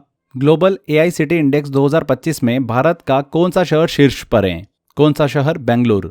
ग्लोबल AI सिटी इंडेक्स 2025 जिसे काउंटर पॉइंट रिसर्च ने जारी किया, उसमें बेंगलुरु ने भारतीय शहरों में पहला स्थान हासिल किया है। बेंगलोर को भारत का AI हब कहा जाता है क्योंकि यहाँ सबसे ज़्यादा AI स्टार्टअप्स और AI रिसर्च सेंटर मौजूद हैं। ग्लोबल रैंक में नंबर 1 पर रहा है सिंगापुर। भारत से बेंगलोर की रैंक रही है 26, मुंबई की 27 और दिल्ली की रही है 28। यहाँ पर बेंगलोर करेक्ट आंसर है। भारत का शीत मरुस्थल जैवमंडल अभ्यारण्य किस राज्य में स्थित है? India's cold desert biosphere reserve is located in which state? तो भारत का cold desert biosphere reserve Himachal Pradesh में स्थित है। इंपॉर्टेंट क्वेश्चन है, एग्जाम में पूछा हुआ क्वेश्चन है ये। सितंबर 2025 में इसे UNESCO world network of biosphere reserve में शामिल किया गया। ये क्षेत्र शामिल करता है स्पीति घाटी को और पीन वैली को। यहाँ पर पाए जाते हैं स्नो लेपर्ड्स और हिमालयन आइबेक्स। भारत में कुल 18 बायोस्फीयर रिजर्व हैं जिसमें से 13 यूनेस्को नेटवर्क में शामिल हैं। India's cold desert biosphere reserve कहाँ पर स्थित है? हिमाचल प्रदेश में स्थित है। वर्ष 2025 में पुरुष वर्ग में बैलेंडी और पुरस्कार किसे प्रदान किया गया? पुरुषों में बात करें तो उस्मान डेम्बेले को यह पुरस्कार दिया गया है। फुटबॉल का सबसे बड़ा व्यक्तिगत सम्मान है। ये फ्रांस के खिलाड़ी हैं और PSG के लिए खेलते हैं, पेरिस सेंट जर्मन के लिए। वुमेन्स कैटेगरी में बात करें तो एताना बोनमाती को यह पुरस्कार दिया है, लगातार तीसरी बार विजेता रही हैं। किस देश ने दुनिया का पहला AI संचालित सरकारी मंत्री नियुक्त किया है? किस देश ने? अल्बानिया ने। अल्बानिया दुनिया का पहला देश बन गया है जिसने AI पावर्ड गवर्नमेंट मिनिस्टर नियुक्त किया है। इस AI मंत्री का नाम क्या है? DLA। ये एक वर्चुअल AI बोट है जिसे PM येदियुरप्पा ने लॉन्च किया है। इसका काम क्या है? सरकारी खरीद टेंडर की निगरानी करना। यहाँ पर अल्बानिया करेक्ट होगा। बैडमिंटन वर्ल्ड चैंपियनशिप 2026 की मेजबानी किस देश द्वारा की जाएगी? तो कौन करेगा? भारत इसकी मेजबानी करेगा। इसका आयोजन न्यू दिल्ली में होगा। ये दूसरी बार है जब भारत इसकी मेजबानी करेगा। पहली बार 2009 में हैदराबाद में इसका आयोजन हुआ था। भारत को यह मेजबानी BWF बैडमिंटन वर्ल्ड फेडरेशन से मिली है। यहाँ पर Bharat, India, C answer correct होगा। योयो टेस्ट के साथ BCCI ने खिलाड़ियों की फिटनेस मापने के लिए कौन सा नया टेस्ट शुरू किया है? तो BCCI ने खिलाड़ियों की फिटनेस और स्टेमिना को और सख्ती से जांचने के लिए योयो टेस्ट के साथ में ब्रोंको टेस्ट को अनिवार्य किया है। ब्रोंको टेस्ट में 20 मीटर, 40 मीटर एंड 60 मीटर के शटर रन्स होते हैं। कुल मिलाकर 1.2 किलोमीटर की दौड़ लगभग 6 मिनट में पूरी करनी होती है। बड़ा फर्क क्या है? योयो टेस्ट बीच बीच में देखिए रिकवरी टाइम मिलता है और ब्रोंको टेस्ट में नो रिकवरी टाइम, लगातार दौड़ना होता है। तो ब्रोंको टेस्ट यहाँ पर करेक्ट होगा। सोकर घाटी किस राज्य या फिर केंद्रशासित प्रदेश में स्थित है? तो ये स्थित है लद्दाख में। इसरो ने अपना पहला होप एनालॉग मिशन सोकर घाटी में लॉन्च किया है। सोकर वैली स्थित है लद्दाख में। इंपॉर्टेंट क्वेश्चन है, ध्यान रखिएगा। दुनिया के पहले डिजिटल जनजातीय विश्वविद्यालय का नाम क्या है? तो इसका नाम है आदि संस्कृति। भारत सरकार ने दुनिया का पहला डिजिटल ट्राइबल यूनिवर्सिटी आदि संस्कृति लॉन्च किया है। इसे शुरू किया है मिनिस्ट्री ऑफ ट्राइबल अफेयर्स ने। इसका उद्देश्य क्या है? Tribal culture, art and tradition, traditional knowledge, इनको डिजिटल प्लेटफॉर्म पर संरक्षित करना। यहाँ पर आदि संस्कृति करेक्ट होगा। निम्नलिखित में से कौन सा देश वेनेजुएला का पड़ोसी देश नहीं है? देखिए, वेनेजुएला की बात करें, बहुत ज़्यादा सुर्खियों में रहता है। जनवरी 2026 को अमेरिका ने वेनेजुएला की राजधानी काराकास और उसके सैन्य ठिकानों पर लार्ज स्केल एयर स्ट्राइक की है।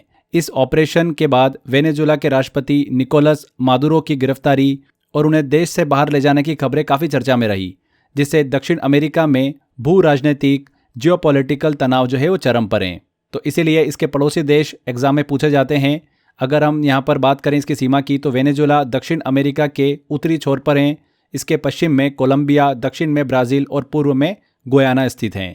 वेनेजुएला के उत्तर में कैरेबियन सागर हैं, जहाँ पर हाल के महीनों में अमेरिकी नौसेना की तैनाती देखी गई थी। तो पेरू जो है ये इसका पड़ोसी देश नहीं है। D answer. आगे बढ़ते हैं। 71वें राष्ट्रीय फिल्म पुरस्कार में सर्वश्रेष्ठ अभिनेत्री का पुरस्कार किसने जीता है? तो 71th नेशनल फिल्म अवार्ड की बात करें, रानी मुखर्जी को बेस्ट एक्ट्रेस का पुरस्कार मिला है। फिल्म का नाम रहा है मिसेस चटर्जी वर्सेस नॉर्वे। बहुत ही अच्छी मूवी है और बहुत ज़बरदस्त एक्टिंग करी है रानी मुखर्जी ने।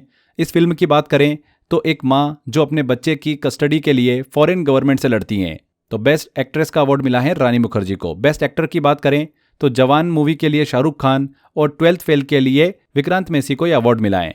बेस्ट फीचर फिल्म का अवार्ड मिला है 12th फेल को। तो ये तीनों चीज़ें काफ़ी इंपॉर्टेंट है, यहाँ पर रानी मुखर्जी करेक्ट होगा। आगे बढ़ते हैं। अगला करंट अफेयर आता है।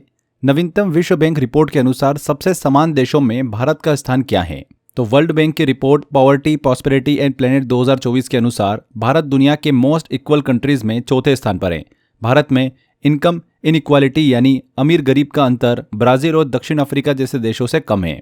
ये समानता जीनी कोएफिशिएंट से मापी जाती हैं। जीनी इंडेक्स में 0 का मतलब होता है पूरी समानता, मतलब परफेक्ट इक्वालिटी, एंड 100 का मतलब होता है पूरी असमानता, परफेक्ट इनइक्वालिटी। यहाँ पर 4th नंबर बिल्कुल करेक्ट होगा। हाल ही में कौन से देश न्यू डेवलपमेंट बैंक के सदस्य बने हैं? तो न्यू डेवलपमेंट बैंक को ब्रिक्स बैंक भी कहा जाता है। हाल ही में कोलंबिया और उज्बेकिस्तान को इसके नए सदस्य के रूप में मंजूरी दी गई है। NDB की स्थापना 2015 में ब्रिक्स देश ब्राज़ील, रशिया, इंडिया, चाइना और साउथ अफ्रीका ने की थी। इसका मुख्यालय शंघाई में है। यहाँ पर कोलंबिया और उज्बेकिस्तान इसके सदस्य बने हैं। C answer. Doctor Jitendra Singh द्वारा भारत के पहले राष्ट्रीय बायो बैंक का उद्घाटन कहाँ पर किया गया? तो भारत का पहला नेशनल बायो बैंक नई दिल्ली में शुरू किया गया। इसका उद्घाटन केंद्रीय मंत्री डॉक्टर जितेंद्र सिंह ने किया। ये फिनोम इंडिया प्रोजेक्ट का हिस्सा है। इसका उद्देश्य भारतीय लोगों के लिए पर्सनलाइज मेडिसिन विकसित करना है। न्यू दिल्ली यहाँ पर सही होगा। जा माता अभ्यास किन 2 देशों के बीच आयोजित किया गया? तो जा माता एक्सरसाइज भारत और जापान के कोस्ट गार्ड के बीच में हुई। ये अभ्यास चेन्नई कोस्ट पर आयोजित किया गया। जामाता का जापानी अर्थ होता है सी यू लेटर, मतलब फिर मिलेंगे। ये मित्रता का प्रतीक है। यहाँ पर इंडिया एंड जापान के बीच में आयोजित किया गया। 2025 का संयुक्त राष्ट्र जनसंख्या पुरस्कार किसने जीता है? तो वर्षा देशपांडे को 2025 यूएन पॉपुलेशन अवार्ड से सम्मानित किया गया। उन्हें फीमेल फिटिसाइड, कन्या भ्रूण हत्या के खिलाफ काम करने के लिए सम्मानित किया गया। वह दलित महिला विकास मंडल की संस्थापक भी है। ये पुरस्कार पाने वाली वो तीसरी भारतीय हैं। इनसे पहले इंदिरा गांधी और जे.आर.डी. टाटा को यह सम्मान मिल चुका है। वर्षा देशपांडे यहाँ पर करेक्ट होगा। देखिए साथियों, यहाँ पर कुछ बच्चों के मैं कमेंट देख रहा था और कुछ बच्चों की क्वेरी आ रही थी कि सर करंट अफेयर का इतना सारा डेटा है, हम कैसे सिस्टमेटिक यहाँ पर पढ़ सकते हैं? यूट्यूब पे हमको कुछ लेक्चर्स नहीं मिल पाते। तो उन सभी बच्चों के लिए, जैसे कि करंट अफेयर में बात करें तो आपको मंथली करंट अफेयर मिलता है, डेली करंट अफेयर मिलता है, वीकली करंट अफेयर मिलता है, या टॉपिक वाइज करंट अफेयर आपको मिलते हैं। टाइम टू टाइम मैराथन्स भी आती रहती है। तो ये सारे वीडियो सिस्टमेटिक तरीके से एक प्रॉपर अरेंज फॉर्म में आपको मिल जाते हैं। हमारी फ्री वेबसाइट है क्रेजी जीके ट्रिक की, free.crazyjktrick.com। यहाँ पर आप विजिट करेंगे, आपको करंट अफेयर के तो वीडियो मिलेंगे। इसके अलावा जो मेरे जीएस के वीडियो हैं, इंग्लिश के वीडियो, मैथ्स के वीडियो, सारा कुछ यहाँ पर आपको सिस्टमेटिक फ्री में प्रॉपर अरेंज फॉर्म में मिल जाता है। विदाउट डिस्ट्रैक्शन आप यहाँ पर स्टडी कर सकते हैं। यूट्यूब पे जनरली होता है कि हम लेक्चर देखते हैं, हमारे सजेशन में उस समय कॉमेडी का कुछ वीडियो आ जाता है, कभी रील में हम चले जाते हैं, हमारा टाइम निकल जाता है। तो उन सब चीज़ों में देखिए टाइम ना जाए, इसीलिए मैंने वेबसाइट पे देखिए आपको ऑप्शन दे रखा है free.crazyjktrick.com पर सिस्टमेटिक आपको सारे सब्जेक्ट के सारे वीडियोस आपको मिल जाएंगे। और लगातार यहाँ पर देखिए अपडेट हो रही है सीरीज़। जो कंटेंट यूट्यूब पे नहीं है वो भी आपको यहाँ पर मिल जाता है। तो ज़रूर विजिट करिएगा। लिंक मैंने डिस्क्रिप्शन बॉक्स और कमेंट बॉक्स में दे रखा है। रेलवे सुरक्षा बल आरपीएफ का नेतृत्व करने वाली पहली महिला कौन बनी है? सोनाली मिश्रा। सोनाली मिश्रा 1993 बैच की आईपीएस ऑफिसर हैं। वह रेलवे प्रोटेक्शन फोर्स आरपीएफ की पहली महिला महानिदेशक मतलब डीजी बनी है। उन्होंने अगस्त 2025 में पद संभाला था। आरपीएफ के 143 साल के इतिहास में यह पहली बार हुआ जब किसी महिला ने इसका नेतृत्व किया। यहाँ पर सोनाली मिश्रा। किस टीम ने फीफा क्लब वर्ल्ड कप 2025 का खिताब जीता है? तो फीफा क्लब वर्ल्ड कप 2025 का आयोजन यूएसए में किया गया। इसका खिताब चेल्सी एफसी ने जीता है। फाइनल में चेल्सी ने पीएसजी को 3-0 से हराकर यह खिताब अपने नाम किया है, पेरिस सेंट जर्मेन को। इस वर्ल्ड कप में कोल पामर को गोल्डन बॉल का अवार्ड मिला है, प्लेयर ऑफ द टूर्नामेंट का खिताब। अगला आता है कलिंग रत्न पुरस्कार 2024 से किसे सम्मानित किया गया? तो धर्मेंद्र प्रधान को कलिंग रत्न पुरस्कार से सम्मानित किया गया। यह सम्मान कटक ओडिशा में इन्हें प्रदान किया गया। पुरस्कार प्रेसिडेंट द्रौपदी मुर्मू ने इन्हें प्रदान किया है। यह कार्यक्रम आदि कवि सरला दास की 600वीं जयंती के अवसर पर हुआ था। धर्मेंद्र प्रधान यहाँ पर करेक्ट होगा। विश्व का सबसे बड़ा जल विद्युत बांध, world largest hydro power dam किसके द्वारा बनाया जा रहा है? किसके द्वारा बनाया जा रहा है? चाइना के द्वारा। चाइना तिब्बत में यारलुंग सांगपो ब्रह्मपुत्र नदी जिसे बोला जाता है उस पर दुनिया का सबसे बड़ा जल विद्युत बांध बना रहा है। इसकी क्षमता 600 गीगावाट होगी। ये बांध ग्रेट बेंड क्षेत्र में बनाया जा रहा है। ये 3 गार्गोस डैम से लगभग 3 गुना बड़ा होगा। तो चीन जो है विश्व का सबसे बड़ा जल विद्युत बांध बनाने जा रहा है। अगला क्वेश्चन आता है 1000 साल पुरानी चोल गंगम झील का रिस्टोरेशन किस राज्य में किया जाएगा? तो तमिलनाडु सरकार ने चोल गंगम झील के जीर्णोद्धार मतलब रिस्टोरेशन की घोषणा करी है। ये झील अरियालूर जिले में स्थित है। इसे 11वीं सदी में चोला किंग राजेंद्र चोल प्रथम ने बनवाया था। कौन से मंदिर के पास स्थित है? ये गंगेकोंडा चोलपुरम मंदिर के पास स्थित है। हाल ही में अभी तमिलनाडु सरकार ने चोल गंगम झील के रिस्टोरेशन की घोषणा करी है। तमिलनाडु यहाँ पर करेक्ट होगा। भारत का पहला पूर्णतः स्वदेशी 50 किलोवाट का भूतापीय विद्युत संयंत्र, India's first fully indigenous 50 kilowatt geothermal power plant किस राज्य में स्थापित किया जाएगा? तो भारत का पहला फुल्ली इंडिजिनियस स्वदेशी geothermal power plant Arunachal Pradesh में लगाया जाएगा। यह संयंत्र तवांग जिले में स्थापित होगा। इसमें हॉट स्प्रिंग मतलब गर्म झरनों की गर्मी से बिजली बनेगी। इसकी खास बात यह है कि कम टेम्परेचर 68 डिग्री सेल्सियस पर भी ये काम कर सकता है।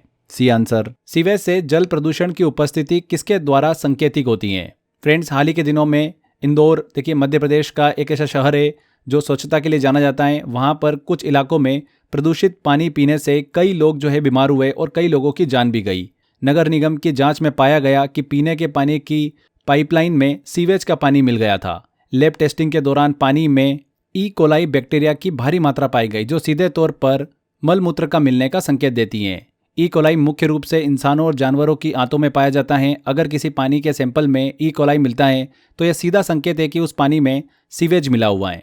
यहाँ पर सी आंसर बिल्कुल करेक्ट होगा, E coli. Polygrass magic skilled award जीतने वाले पहले भारतीय खिलाड़ी कौन बने हैं? तो दीपिका सहरावत ये पुरस्कार जीतने वाली पहली भारतीय खिलाड़ी बनी है। उन्होंने यह अवार्ड FIH प्रो लीग में जीता है। ये पुरस्कार नीदरलैंड के खिलाफ किए गए 16 गोल के लिए उन्हें दिया गया। इस अवार्ड का निर्णय फैंस अपने वोटिंग के थ्रू करते हैं। तो पॉलीग्रास मैजिकल स्किल्ड अवार्ड जीतने वाले पहले भारतीय खिलाड़ी कौन बनी है? दीपिका सहरावत। अंतर्राष्ट्रीय आलू केंद्र का क्षेत्रीय केंद्र रीजनल सेंटर किस भारतीय राज्य में स्थापित किया जाएगा? तो इंटरनेशनल पोटैटो सेंटर CIP का South Asia region centre Agra Uttar Pradesh में स्थापित किया जाएगा। यह केंद्र सिंगना गांव में स्थापित होगा। CIP का मुख्यालय कहां पर है? पेरू में है। इंटरनेशनल पोटैटो सेंटर का जो मुख्यालय है वो पेरू में है। इस रीजनल सेंटर को स्थापित करने का उद्देश्य क्या है? जलवायु अनुकूल आलू की किस्में विकसित करना। यहाँ पर सी आंसर। तीनों अंतर्राष्ट्रीय प्रारूपों टेस्ट, वनडे और T20 में शतक बनाने वाली पहली भारतीय महिला क्रिकेटर कौन बन गई हैं? तो स्मृति मंधाना तीनों फॉर्मेट में शतक लगाने वाली पहली भारतीय महिला क्रिकेटर बनी है। उन्होंने इंग्लैंड के खिलाफ अपना पहला T20 शतक बनाया, 112 रन उन्होंने बनाए। इससे पहले ये उपलब्धि सिर्फ फॉरेन प्लेयर्स के पास ही थी। अब स्मृति इस एलिट क्लब में शामिल हो चुकी हैं। स्मृति मंधाना तीनों अंतर्राष्ट्रीय प्रारूप टेस्ट, वनडे और T20 में शतक लगाने वाली पहली महिला क्रिकेटर बन गई हैं। जुलाई 2025 में रॉ के नए प्रमुख के रूप में किसे नियुक्त किया गया? तो जुलाई 2025 में पराग जैन को raw research and analysis wing का नया प्रमुख बनाया गया। उन्होंने रवि सिन्हा की जगह ली है। वे 1989 बैच के पंजाब कैडर के IPS अधिकारी हैं। इससे पहले वे रॉ की तकनीकी इकाई ARC एविएशन रिसर्च सेंटर के प्रमुख थे। पराग जैन यहाँ पर करेक्ट है। भारत का वह पहला राज्य कौन सा है जिसने आधिकारिक तौर पर पशुपालन को कृषि का दर्जा दिया है? तो जुलाई 2025 में ही महाराष्ट्र ऐसा करने वाला भारत का पहला राज्य बना। पशुपालन को अब एग्रीकल्चर मतलब कृषि के बराबर का दर्जा दिया गया। इससे पशुपालकों को भी लोन, सब्सिडी और सरकारी लाभ मिल पाएंगे। इसका मकसद है रूरल इकोनॉमी को मजबूत करना। Maharashtra, D answer. प्रधानमंत्री नरेंद्र मोदी को किस देश के 60वें स्वतंत्रता दिवस के लिए मुख्य अतिथि के रूप में आमंत्रित किया गया था? तो 26 जुलाई 2025 को ही मालदीव ने अपने 60वें इंडिपेंडेंस डे पर PM मोदी को आमंत्रित किया था। समारोह जो हुआ था वो माले में हुआ था। ये किसी इंडियन PM की मालदीव स्वतंत्रता दिवस पर पहली उपस्थिति थी। इसका मकसद क्या रहा था? इंडिया मालदीव रिलेशंस में सुधार करना। C answer. प्रधानमंत्री धन धान्य कृषि योजना के लिए 2025-26 की अवधि का वार्षिक बजट क्या है? तो केंद्र सरकार ने PM धन धान्य कृषि योजना के लिए 24,000 करोड़ का वार्षिक बजट तय किया। यह योजना 6 साल तक चलेगी। इसका लक्ष्य भारत के 100 मोस्ट बैकवर्ड एग्रीकल्चर डिस्ट्रिक्ट, 100 सबसे पिछड़े कृषि जिले पर फोकस करना है। इसका फोकस लो प्रोडक्टिविटी और लैक ऑफ क्रेडिट को दूर करना भी है। तो 24,000 करोड़ यहाँ पर बिल्कुल करेक्ट होगा। भारत का पहला ओवरपास वन्य जीव गलियारा किस एक्सप्रेसवे पर बनाया गया है? तो भारत का पहला और एशिया का सबसे बड़ा ओवरपास वन्य जीव गलियारा दिल्ली मुंबई एक्सप्रेसवे पर बनाया गया। ये एक्सप्रेसवे राजस्थान के रणथंबोर और मुकुंदरा हिल्स टाइगर रिजर्व के बीच से गुजरता है। यहाँ पर जानवरों के लिए सुरक्षित आवागमन के लिए 5 बड़े ओवरपास बनाए गए ताकि सड़क दुर्घटना न हो। ये इंफ्रास्ट्रक्चर विकास और वन्य जीव संरक्षण के लिए संतुलन का एक बहुत ही अच्छा एग्जाम्पल है। यहाँ पर दिल्ली मुंबई एक्सप्रेसवे। किस राज्य ने भारत की पहली योग नीति लागू करी है? तो उत्तराखंड भारत का पहला राज्य बना जिसने भारत की पहली योग नीति लागू करी है। इसका उद्देश्य राज्य को आधिकारिक रूप से दुनिया की global capital of yoga and wellness के रूप में स्थापित करना है। ऋषिकेश पहले से ही योग के लिए प्रसिद्ध हैं। ये नीति योग, पर्यटन और वेलनेस सेंटर को बढ़ावा देगी। उत्तराखंड बिल्कुल सही आंसर है। गूगल ने दुनिया का चौथा और एशिया का पहला सेफ्टी इंजीनियरिंग सेंटर कहां पर लॉन्च किया? तो गूगल ने अपना चौथा और एशिया पैसिफिक का पहला सेफ्टी इंजीनियरिंग सेंटर हैदराबाद में लॉन्च किया है। इससे पहले गूगल के ऐसे सेंटर केवल म्यूनिक जर्मनी, डबलिन आयरलैंड और मालागा स्पेन में ही थे। ये सेंटर ऑनलाइन सुरक्षा, डेटा प्राइवेसी और गलत सूचनाओं से निपटने के लिए टूल विकसित करेगा। ये भारत के डिजिटल इकोसिस्टम को सुरक्षित बनाने में भी बहुत ही महत्वपूर्ण भूमिका निभाएगा। तो गूगल ने दुनिया का चौथा और एशिया का पहला सेफ्टी इंजीनियरिंग सेंटर हैदराबाद में स्थापित किया है। 2025 विश्व पैरा एथलेटिक्स चैंपियनशिप के लिए किसे ब्रांड एम्बेसडर नियुक्त किया गया? तो अभिनेत्री और सांसद कंगना रनौत को 2025 विश्व पैरा एथलेटिक्स चैंपियनशिप का ब्रांड एम्बेसडर बनाया गया था। यह पहली बार था जब भारत इस बड़े ग्लोबल इवेंट की मेजबानी कर रहा था। 27 सितंबर से लेकर 5 अक्टूबर के बीच में इस चैंपियनशिप का आयोजन किया गया न्यू दिल्ली में। अगर पदक तालिका की बात करें तो ब्राजील पहले नंबर पर आए जिसने 15 गोल्ड जीते हैं सबसे ज़्यादा। और भारत की बात करें तो भारत 10वें स्थान पर आए, 6 गोल्ड, 9 सिल्वर और 7 ब्रॉन्ज मेडल के साथ भारत ने कुल 22 मेडल जीते हैं। 22 यहाँ पर पूछा गया कि ब्रांड एम्बेसडर कौन था? कंगना रनौत। पद्मश्री से सम्मानित मारुति चितमपल्ली का जून 2025 में निधन हो गया, उनका संबंध किस क्षेत्र से था? तो पद्मश्री से सम्मानित मारुति चितमपल्ली का जून 2025 में निधन हो गया। वो एक प्रसिद्ध वन्यजीव संरक्षणवादी और मराठी लेखक थे। उन्हें महाराष्ट्र में अरण्य कृषि सेज ऑफ द फॉरेस्ट कहा जाता था। वे एक फॉरेस्ट ऑफिसर थे। उन्होंने करनाला पक्षी अभ्यारण्य और नवेगांव नेशनल पार्क के विकास में अहम भूमिका निभाई थी। उन्होंने मराठी में वन साहित्य को लोकप्रिय भी बनाया, फॉरेस्ट लिटरेचर को लोकप्रिय बनाया था। तो environment and wild life conservation. $4 trillion के बाजार मूल्य तक पहुंचने वाली दुनिया की पहली सूचीबद्ध कंपनी कौन बन गई है? तो 9 जुलाई 2025 को अमेरिकी चिप मेकर कंपनी एनवीडिया दुनिया की पहली ऐसी कंपनी बन गई जिसका बाजार मूल्य $4 ट्रिलियन तक पहुंच गया। एआई क्रांति और जीपीयू चिप्स की भारी मांग के कारण कंपनी ने एप्पल और माइक्रोसॉफ्ट जैसी कंपनी को पीछे छोड़ दिया। एनवीडिया के चिप्स आर्टिफिशियल इंटेलिजेंस और गेमिंग इंडस्ट्री की रीढ़ माने जाते हैं। ये उपलब्धि टेक इंडस्ट्री में एआई के बढ़ते प्रभुत्व को दर्शाती हुई है। यहाँ पर 4 ट्रिलियन के बाजार मूल्य तक पहुंचने वाली दुनिया की पहली सूचीबद्ध कंपनी कौन बनी? एनवीडिया। चलिए अगला करंट अफेयर आता है। अंतर्राष्ट्रीय बुकर पुरस्कार 2025 पुस्तक हार्टलैम्प के लेखक को प्रदान किया गया। इस पुस्तक के लेखक कौन है? काफी इंपॉर्टेंट क्वेश्चन है, अभी रिसेंटली एग्जाम में क्वेश्चन पूछा हुआ है। इंटरनेशनल बुकर प्राइज 2025 भारतीय लेखिका भानु मुश्ताक को दिया गया। किसे? भानु मुश्ताक को। उन्हें यह पुरस्कार उनकी किताब हार्टलैम्प के लिए मिला है। यह किताब मूल रूप से कन्नड़ भाषा में लिखी गई थी, जिसका नाम येडेया हंडाते है। इसका इंग्लिश ट्रांसलेशन दीपा भस्ती ने किया। यह पहली कन्नड़ भाषा की किताब है जिसे यह पुरस्कार मिला है। इससे पहले 2022 में यह पुरस्कार गीतांजलि श्री को मिला था टॉम्ब ऑफ सेंट के लिए। यहाँ पर भानु मुश्ताक बिल्कुल करेक्ट होगा। भारत के किस स्थल को यूनेस्को की विश्व धरोहर सूची में जुलाई 2025 में जोड़ा गया? तो जुलाई 2025 में पेरिस में हुई यूनेस्को की 47th मीटिंग में मराठा सैन्य परिदृश्य को वर्ल्ड हेरिटेज साइट के रूप में घोषित किया गया। यह भारत का 44th वर्ल्ड हेरिटेज साइट है, 44वां विश्व धरोहर स्थल। ये एक सीरियल नॉमिनेशन है। इसमें 12 किले शामिल हैं। 11 किले महाराष्ट्र में हैं और 1 किला जिंजी तमिलनाडु में है। इन किलों को उनकी डिफेंस स्ट्रेटेजी और गुरिल्ला युद्ध के लिए चुना गया है। यहाँ पर Maratha military landscapes. PM Modi द्वारा सुदर्शन चक्र मिशन किस दिन शुरू किया गया?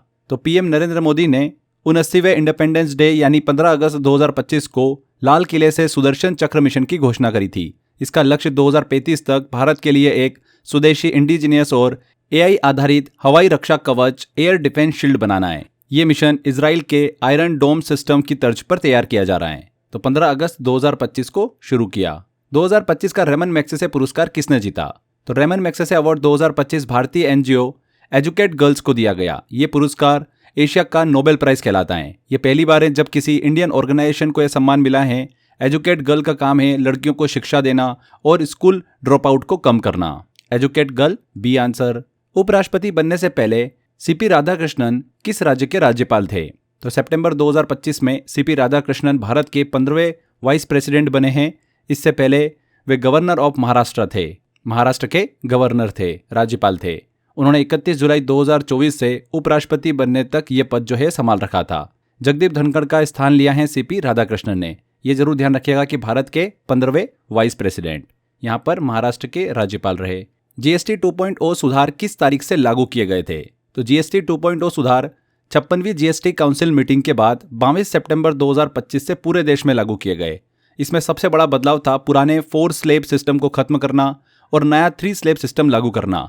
नए 3 स्लैब हैं 5% इसेंशियल गुड्स पर, 18% जीएसटी स्टैंडर्ड गुड्स पर and 40% sin and luxury goods. ये तारीख फेस्टिवल सीजन को ध्यान में रखकर चुनी गई थी ताकि व्यापार और उपभोक्ताओं को तुरंत फायदा मिल सके। 22 सितंबर 2025। सितंबर 2025 में भारत के सबसे बड़े खेल परिसर वीर सावरकर खेल परिसर का उद्घाटन किसने किया? बहुत ही इंपॉर्टेंट क्वेश्चन है। आने वाली एग्जाम में आपको यह क्वेश्चन जरूर देखने को मिलेगा। 14 सितंबर 2025 को केंद्रीय गृह मंत्री अमित शाह ने वीर सावरकर स्पोर्ट कॉम्प्लेक्स का उद्घाटन किया। ये परिसर नारायणपुरा अहमदाबाद में स्थित है। इंडिया का लार्जेस्ट स्पोर्ट्स कॉम्प्लेक्स है। इसकी लागत है तकरीबन 825 करोड़। इसका निर्माण भारत की 2030 की कॉमनवेल्थ गेम और 2036 के ओलंपिक होस्टिंग की तैयारी को ध्यान में रखकर किया गया। अमित शाह ने इस परिसर का उद्घाटन किया। कहां पर स्थित है? अहमदाबाद में। भारत का पहला विदेशी उपग्रह ट्रैकिंग और संचार स्टेशन कहां पर स्थापित होगा?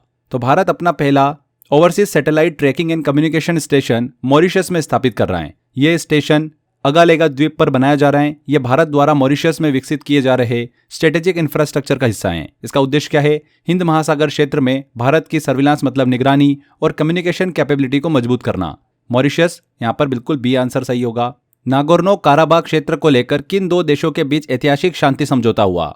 वेरी वेरी इंपॉर्टेंट क्वेश्चन है। नागोर्नो काराबाग क्षेत्र को लेकर अजरबैजान और आर्मेनिया के बीच में एक हिस्टोरिक पीस एग्रीमेंट हुआ। यह विवाद दशकों पुराना संघर्ष था। 2023 में अजरबैजान के सैन्य अभियान के बाद इस क्षेत्र पर उसका फुल कंट्रोल हो गया। इस ऐतिहासिक शांति समझौते के बाद में दोनों देशों ने बॉर्डर डिक्लेरेशन, सीमा निर्धारण और पीस रिस्टोरेशन की प्रक्रिया शुरू की है। अजरबैजान और आर्मेनिया दोनों के बीच में यह शांति समझौता हुआ। 34वां सरस्वती सम्मान 2024 किसे दिया गया?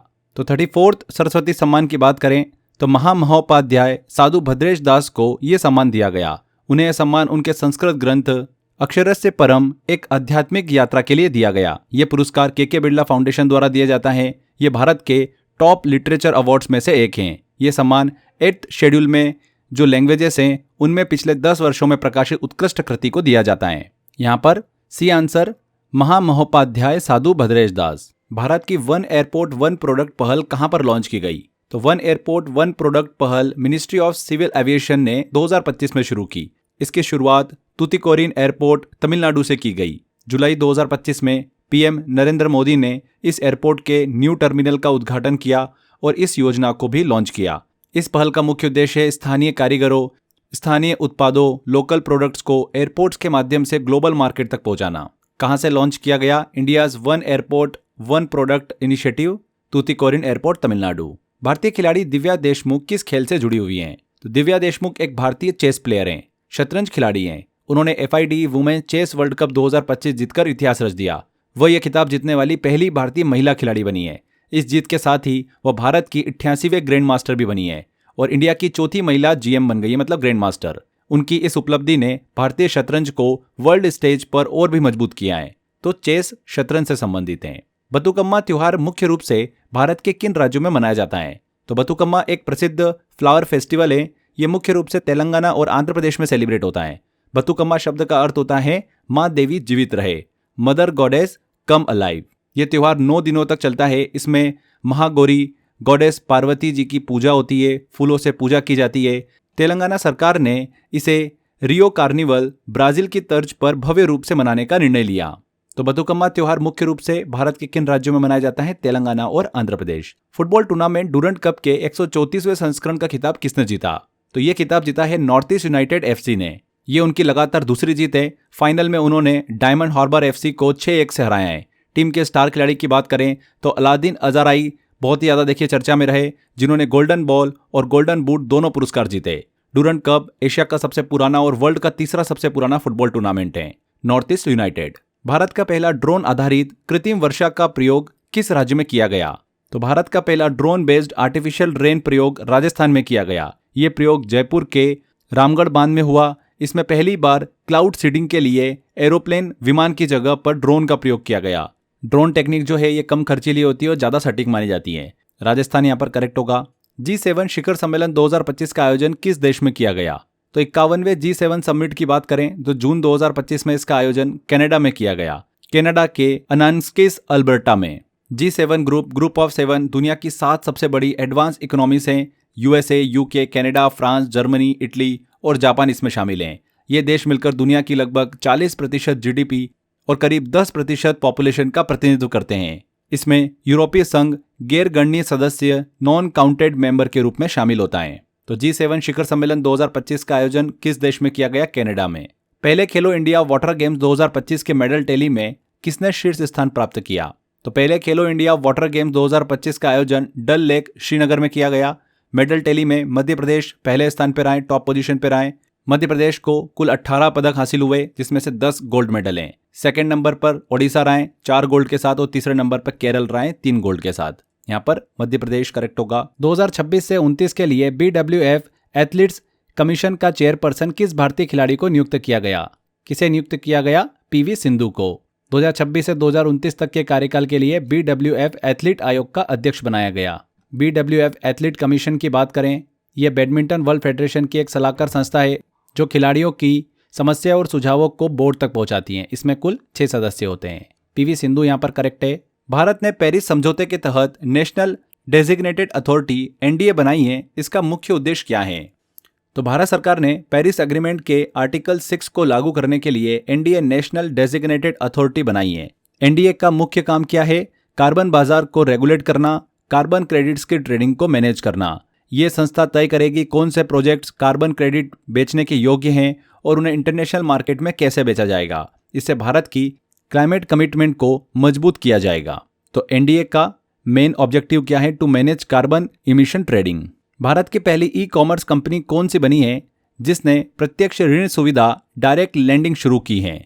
तो फ्लिपकार्ट भारत की पहली प्रमुख ई कॉमर्स कंपनी बन गई है जिसने डायरेक्ट लैंडिंग सुविधा शुरू करी है। फ्लिपकार्ट को आरबीआई से एनबीएफसी लाइसेंस मिला। अब इसकी सहायक कंपनी फ्लिपकार्ट फाइनेंस सीधे कस्टमर्स और सेलर्स को लोन दे सकेगी। पहले कंपनियां केवल बाय नाउ पे लेटर के लिए बैंकों पर निर्भर रहती थी।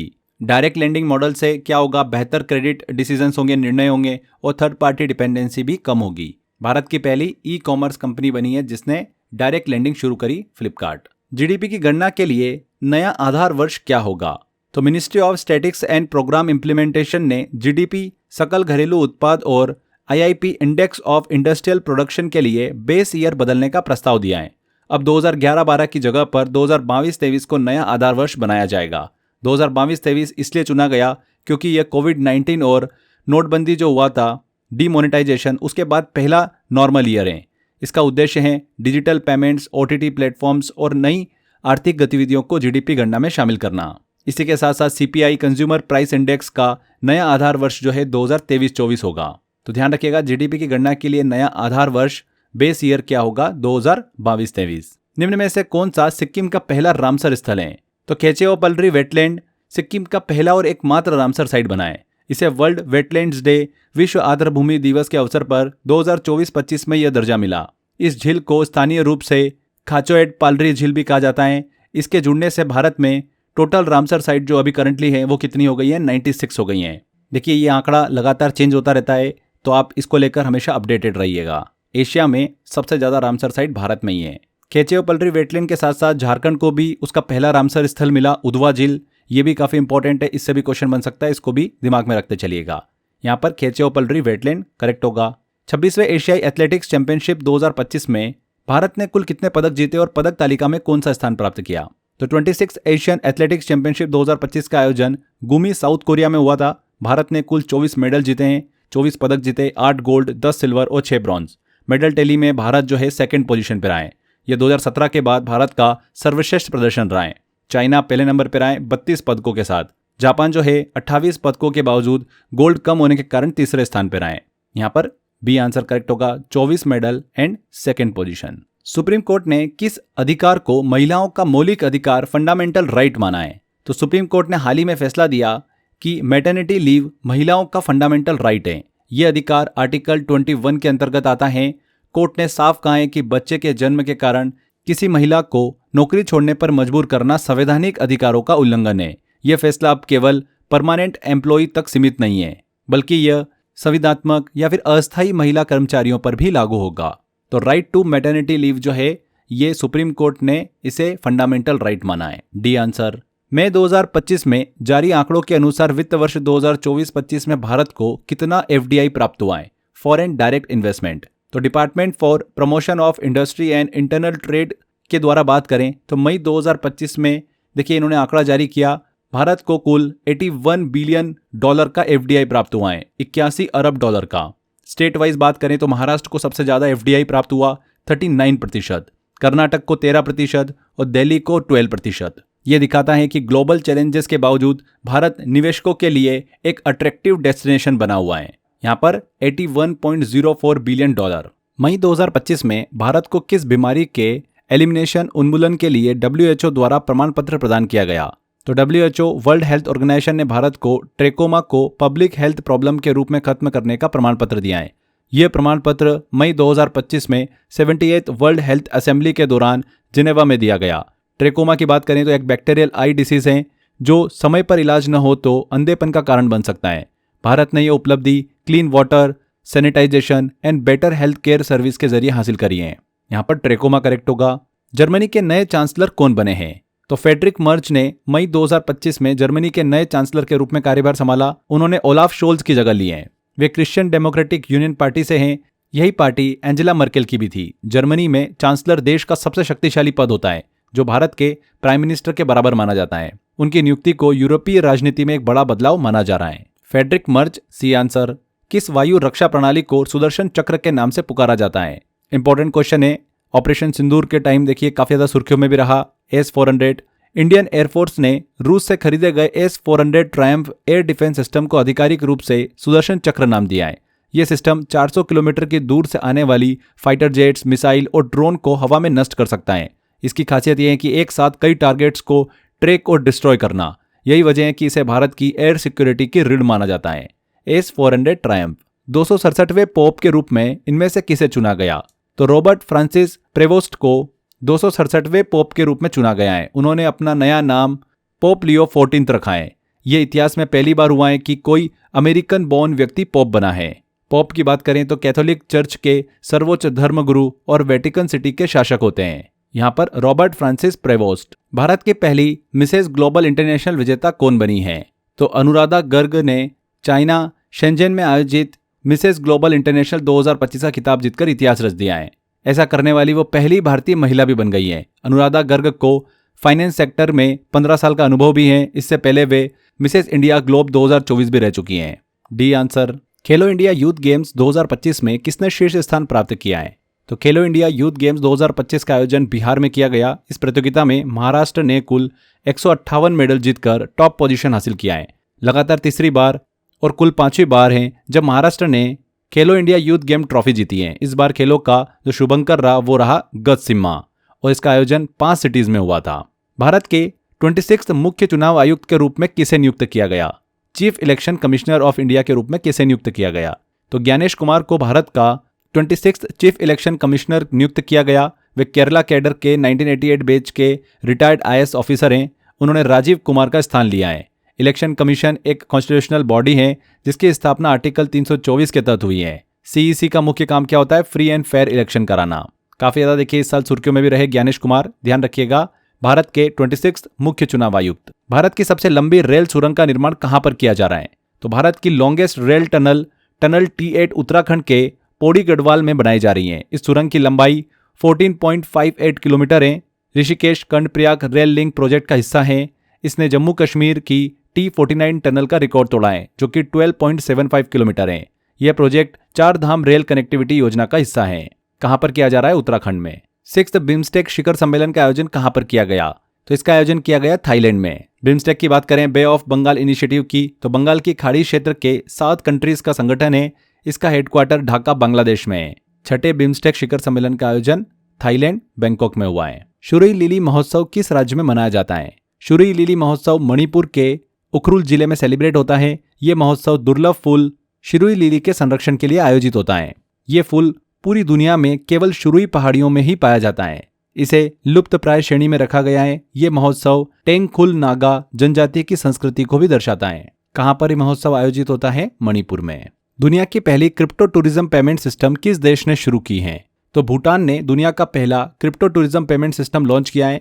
इस सिस्टम से टूरिस्ट डिजिटल करेंसी का इस्तेमाल करके होटल, रेस्टोरेंट और शॉपिंग का तुरंत भुगतान कर सकते हैं। इसका उद्देश्य क्या है? फाइनेंशियल इंक्लूजन, समावेशन बढ़ाना और क्रॉस बॉर्डर ट्रांजैक्शन लेन देन को सस्ता और सुरक्षित करना। तो भूटान देश बना है दुनिया का पहला क्रिप्टो टूरिज्म पेमेंट सिस्टम को शुरू करने वाला। भारत सरकार ने किस तारीख को आधिकारिक रूप से आयुर्वेद दिवस के रूप में घोषित किया है? तो भारत सरकार के मिनिस्ट्री ऑफ आयुष ने 23 सितंबर को आधिकारिक रूप से आयुर्वेद दिवस घोषित किया है। पहले आयुर्वेद डे हर साल धनतेरस पर सेलिब्रेट होता था, जिससे बार बार तारीख बदलती रहती थी। अब ग्लोबल रिकॉग्निशन, वैश्विक पहचान देने के लिए एक फिक्स डेट जो है वो तय की गई है, 23 सितंबर। इस दिन और रात बराबर होते हैं, जो कि आयुर्वेद के बैलेंस प्रिंसिपल, संतुलन सिद्धांत का प्रतीक भी होते हैं। तो भारत सरकार ने 23 सितंबर को आधिकारिक रूप से आयुर्वेद दिवस के रूप में घोषित किया है। भारत का पहला अंतर्राज्यीय चीता संरक्षण गलियारा किन 2 राज्यों के बीच बनाया जाएगा? तो भारत का पहला इंटर स्टेट चीता कंजर्वेशन कॉरिडोर मध्य प्रदेश और राजस्थान के बीच बनाया जाएगा। ये गलियारा कुनो नेशनल पार्क मध्य प्रदेश को मुकुंदरा हिल्स और शेरगढ़ अभ्यारण्य राजस्थान से जोड़ेगा। इसका उद्देश्य क्या है? चीता को सेफ मूवमेंट, सुरक्षित आवागमन देना और ह्यूमन एनिमल कॉन्फ्लिक्ट कम करना। तो मध्य प्रदेश और राजस्थान वंदना कटारिया ने संन्यास की घोषणा की, यह किस खेल से संबंधित है? तो वंदना कटारिया भारतीय महिला हॉकी टीम की दिग्गज खिलाड़ी, उन्होंने इंटरनेशनल हॉकी से रिटायरमेंट की घोषणा करी। वे भारत के लिए 320 मैच खेली हैं, जिसमें उन्होंने 158 गोल्स भी करे। सबसे अनुभवी महिला खिलाड़ियों में से एक रही। टोक्यो ओलंपिक 2020 टीम का हिस्सा भी थी और ओलंपिक में हैट्रिक लगाने वाली पहली भारतीय महिला भी बनी। उन्हें अर्जुन अवार्ड मिला 2021 में और 2022 में पद्मश्री भी। काफी important and famous player Vandana Kataria hockey से संबंधित हैं। दुनिया का पहला 3D प्रिंटेड रेलवे स्टेशन किस देश के द्वारा बनाया गया? तो दुनिया का पहला 3D printed railway station Japan में बनाया गया है। इस स्टेशन को बनाने में 3D प्रिंटिंग तकनीक का इस्तेमाल किया गया, यानी मशीन से कंक्रीट के हिस्से प्रिंट किए गए। खास बात यह है कि स्टेशन के सारे हिस्से फैक्ट्री में तैयार किए गए और 6 घंटे से भी कम समय में जमीन पर जोड़ दिए गए। जापान ने यह तरीका इसलिए अपनाया क्योंकि वहां पर मजदूरों की कमी है, कम समय में निर्माण करना है और खर्च भी कम रखना है। इसलिए जापान दुनिया का पहला देश बना जिसने 3D प्रिंटेड रेलवे स्टेशन बनाया है। इंपॉर्टेंट क्वेश्चन है, यहां पर जापान करेक्ट होगा। भारत का पहला high altitude climate research station हाल ही में कहां पर उद्घाटित किया गया? तो भारत का पहला high altitude climate research station Jammu और कश्मीर के मंडलोट क्षेत्र में स्थापित किया गया। यह स्टेशन लगभग 2250 मीटर की ऊंचाई पर स्थित है, जिस वजह से यह हिमालयी क्षेत्र में क्लाइमेट चेंज को समझने के लिए बहुत ही महत्वपूर्ण है। इसका उद्घाटन केंद्रीय विज्ञान एवं प्रौद्योगिकी मंत्री डॉक्टर जितेंद्र सिंह ने किया। इस रिसर्च स्टेशन का पूरा नाम क्या है? Himalayan high altitude atmospheric and climate research centre. यहाँ पर मुख्य रूप से हिमालयी क्षेत्र के मौसम, वायुमंडल, ग्लेशियर और जलवायु परिवर्तन पर वैज्ञानिक शोध किया जाएगा। सी आंसर करेक्ट होगा, मंडलोट, चेनानी, जम्मू और कश्मीर। यूनेस्को की memory of the world register में किन 2 भारतीय ग्रंथों को शामिल किया गया? किन 2 भारतीय ग्रंथों को शामिल किया गया? भगवद गीता और नाट्यशास्त्र को। यूनेस्को ने भारत के 2 अत्यंत महत्वपूर्ण ग्रंथ भगवद गीता और नाट्यशास्त्र को memory of the world register में शामिल किया है। नाट्यशास्त्र भरत मुनि द्वारा लिखा गया ग्रंथ है, जो नाटक, नृत्य और संगीत की सबसे प्राचीन और वैज्ञानिक पुस्तक मानी जाती हैं। इस रजिस्टर का उद्देश्य दुनिया के ऐतिहासिक और सांस्कृतिक रूप से महत्वपूर्ण दस्तावेजों को प्रिजर्व मतलब संरक्षित करना है। यहाँ पर भगवद गीता और नाट्यशास्त्र। 18वें प्रवासी भारतीय दिवस सम्मेलन 2025 का आयोजन कहाँ पर किया गया? तो 18वां प्रवासी भारतीय दिवस सम्मेलन का आयोजन भुवनेश्वर, ओडिशा में किया गया। यह सम्मेलन 8 से 10 जनवरी 2025 के बीच में हुआ। इसका उद्घाटन प्रधानमंत्री नरेंद्र मोदी ने किया था। इस वर्ष की थीम क्या थी? विकसित भारत में प्रवासी भारतीयों का योगदान। यह सम्मेलन दुनिया भर में बसे भारतीयों को भारत के विकास से जोड़ने का एक बहुत ही महत्वपूर्ण मंच है। भुवनेश्वर यहाँ पर सही होगा। भारत का पहला रिवर डॉल्फिन जनगणना सर्वेक्षण किया गया और इसमें देश में डॉल्फिन की कुल संख्या कितनी दर्ज की गई? भारत का पहला नेशनल रिवर डॉल्फिन पॉपुलेशन सर्वे हुआ। इस सर्वे के अनुसार भारत में कुल 6327 नदी डॉल्फिन पाई गई। यह survey Wildlife Institute of India WII द्वारा गंगा, ब्रह्मपुत्र और ब्यास नदी घाटियों में किया गया। गंगा नदी डॉल्फिन भारत का राष्ट्रीय जलीय जीव भी हैं। यह केवल मीठे पानी में पाई जाती है और IUCN की रेड लिस्ट में संकटग्रस्त श्रेणी में आती है। यहाँ पर 6327 डॉल्फिन जो है वो संख्या दर्ज की गई। रणजी ट्रॉफी 2024-25 का खिताब केरल को हराकर किस टीम ने जीता है? तो रणजी ट्रॉफी 2024-25 का खिताब जीता है विदर्भ ने। फाइनल मुकाबला नागपुर में विदर्भ और केरल के बीच खेला गया। मैच ड्रॉ रहा, लेकिन पहली पारी की बढ़त के आधार पर विदर्भ को विजेता घोषित किया गया। विदर्भ के कप्तान कौन थे? अक्षय वाडकर। पूरे टूर्नामेंट में शानदार प्रदर्शन के लिए हर्ष दुबे को मैन ऑफ द टूर्नामेंट चुना गया। रणजी ट्रॉफी भारत की सबसे पुरानी डोमेस्टिक क्रिकेट प्रतियोगिता है, जिसकी शुरुआत 1934 में हुई थी। यहाँ पर विदर्भ बिल्कुल सही होगा। 13 जनवरी को प्रधानमंत्री ने जम्मू एंड कश्मीर राज्य में जेड मोड सुरंग का उद्घाटन किया। इस सुरंग की लंबाई कितनी है? तो प्रधानमंत्री नरेंद्र मोदी ने जम्मू कश्मीर में जेड मोड टनल का उद्घाटन किया था। इस टनल की कुल लंबाई की बात करें तो 6.5 किलोमीटर है। यह सुरंग गंदेरबल जिले में गगनगीर और सोनमर्ग के बीच नेशनल हाईवे 1 पर स्थित है। इस परियोजना की लागत लगभग 2378 करोड़ रही और इसका निर्माण किया है NHIDCL ने, national highways and infrastructure development corporation limited ने। इसका सबसे बड़ा फायदा यह है कि साल भर सोनमर्ग की कनेक्टिविटी जो है वो सुनिश्चित होना। इसकी लंबाई कितनी है सुरंग की? 6.5 किलोमीटर। कौन सा राष्ट्रीय उद्यान भारत का 58वां टाइगर रिजर्व बना? वेरी वेरी इंपॉर्टेंट क्वेश्चन है। मध्य प्रदेश स्थित माधव राष्ट्रीय उद्यान जो है भारत का 58वां टाइगर रिजर्व घोषित किया गया। इसकी घोषणा केंद्रीय पर्यावरण मंत्री भूपेंद्र यादव ने की। इसके साथ ही मध्य प्रदेश में अब कुल 9 टाइगर रिजर्व हो गए, जिससे MP tiger state of India की अपनी पहचान को और भी मजबूत करता है। यह फैसला टाइगर प्रोजेक्ट 1973 के तहत बाघों के संरक्षण, टाइगर कंजर्वेशन की दिशा में एक और बड़ा कदम है। यहाँ पर माधव राष्ट्रीय उद्यान। ICC चैंपियंस ट्रॉफी में प्लेयर ऑफ द टूर्नामेंट का पुरस्कार किसे दिया गया? तो ICC चैंपियंस ट्रॉफी 2025 का खिताब भारत ने जीता। भारत और न्यूजीलैंड के बीच में फाइनल हुआ था। न्यूजीलैंड के रचिन रविंद्र को प्लेयर ऑफ द टूर्नामेंट चुना गया। उन्होंने पूरे टूर्नामेंट में लगातार ऑलराउंडर प्रदर्शन किया। फाइनल मुकाबले में भारत ने न्यूजीलैंड को 4 विकेट से हराया था। तीसरी बार भारत ने चैंपियंस ट्रॉफी अपने नाम करी है। फाइनल में रोहित शर्मा ने 76 रन बनाए, इसलिए उन्हें फाइनल में मैन ऑफ द मैच भी मिला है। ये टूर्नामेंट फरवरी से मार्च 2025 के बीच में पाकिस्तान और दुबई में आयोजित हुआ था। एग्जाम में कैसा भी क्वेश्चन बन सकता है, हमको सारा डेटा अच्छे से कवर करते हुए चलना है। प्लेयर ऑफ द टूर्नामेंट की बात हो रही है यहाँ पर रचिन रविंद्र। यूनेस्को प्रेस स्वतंत्रता पुरस्कार 2025 से किसे सम्मानित किया गया? तो UNESCO press freedom prize 2025 Nicaragua के अखबार ला प्रेंसा को दिया गया। सरकार द्वारा दफ्तर जब्त करने, पत्रकारों को निर्वासित करने जैसे दबावों के बावजूद यह अखबार ऑनलाइन माध्यम से सच्चाई सामने लाता रहा। यह पुरस्कार उन पत्रकारों और मीडिया संस्थानों को दिया जाता है जो फ्रीडम ऑफ एक्सप्रेशन और ह्यूमन राइट्स के लिए बड़े जोखिम उठाते हैं। 2025 का यह पुरस्कार किसे मिला है? ला प्रेंसा को। किस राज्य ने एआई एंकर अंकिता को लॉन्च किया? तो असम राज्य के न्यूज चैनल न्यूज असम ने राज्य की पहली एआई न्यूज एंकर अंकिता को लॉन्च किया। ये एआई एंकर असमिया भाषा में खबरें पढ़ती है और इसे गुवाहाटी में लॉन्च किया गया। ये कदम भारतीय क्षेत्रीय मीडिया में आर्टिफिशियल इंटेलिजेंस के बढ़ते उपयोग को दिखाता है। इससे पहले ओडिशा में लीसा नाम की एआई एंकर लॉन्च की जा चुकी हैं। यहाँ पर असम सी आंसर। राष्ट्रीय हल्दी बोर्ड का मुख्यालय कहाँ पर स्थापित किया गया? ये भी काफी इंपॉर्टेंट क्वेश्चन है।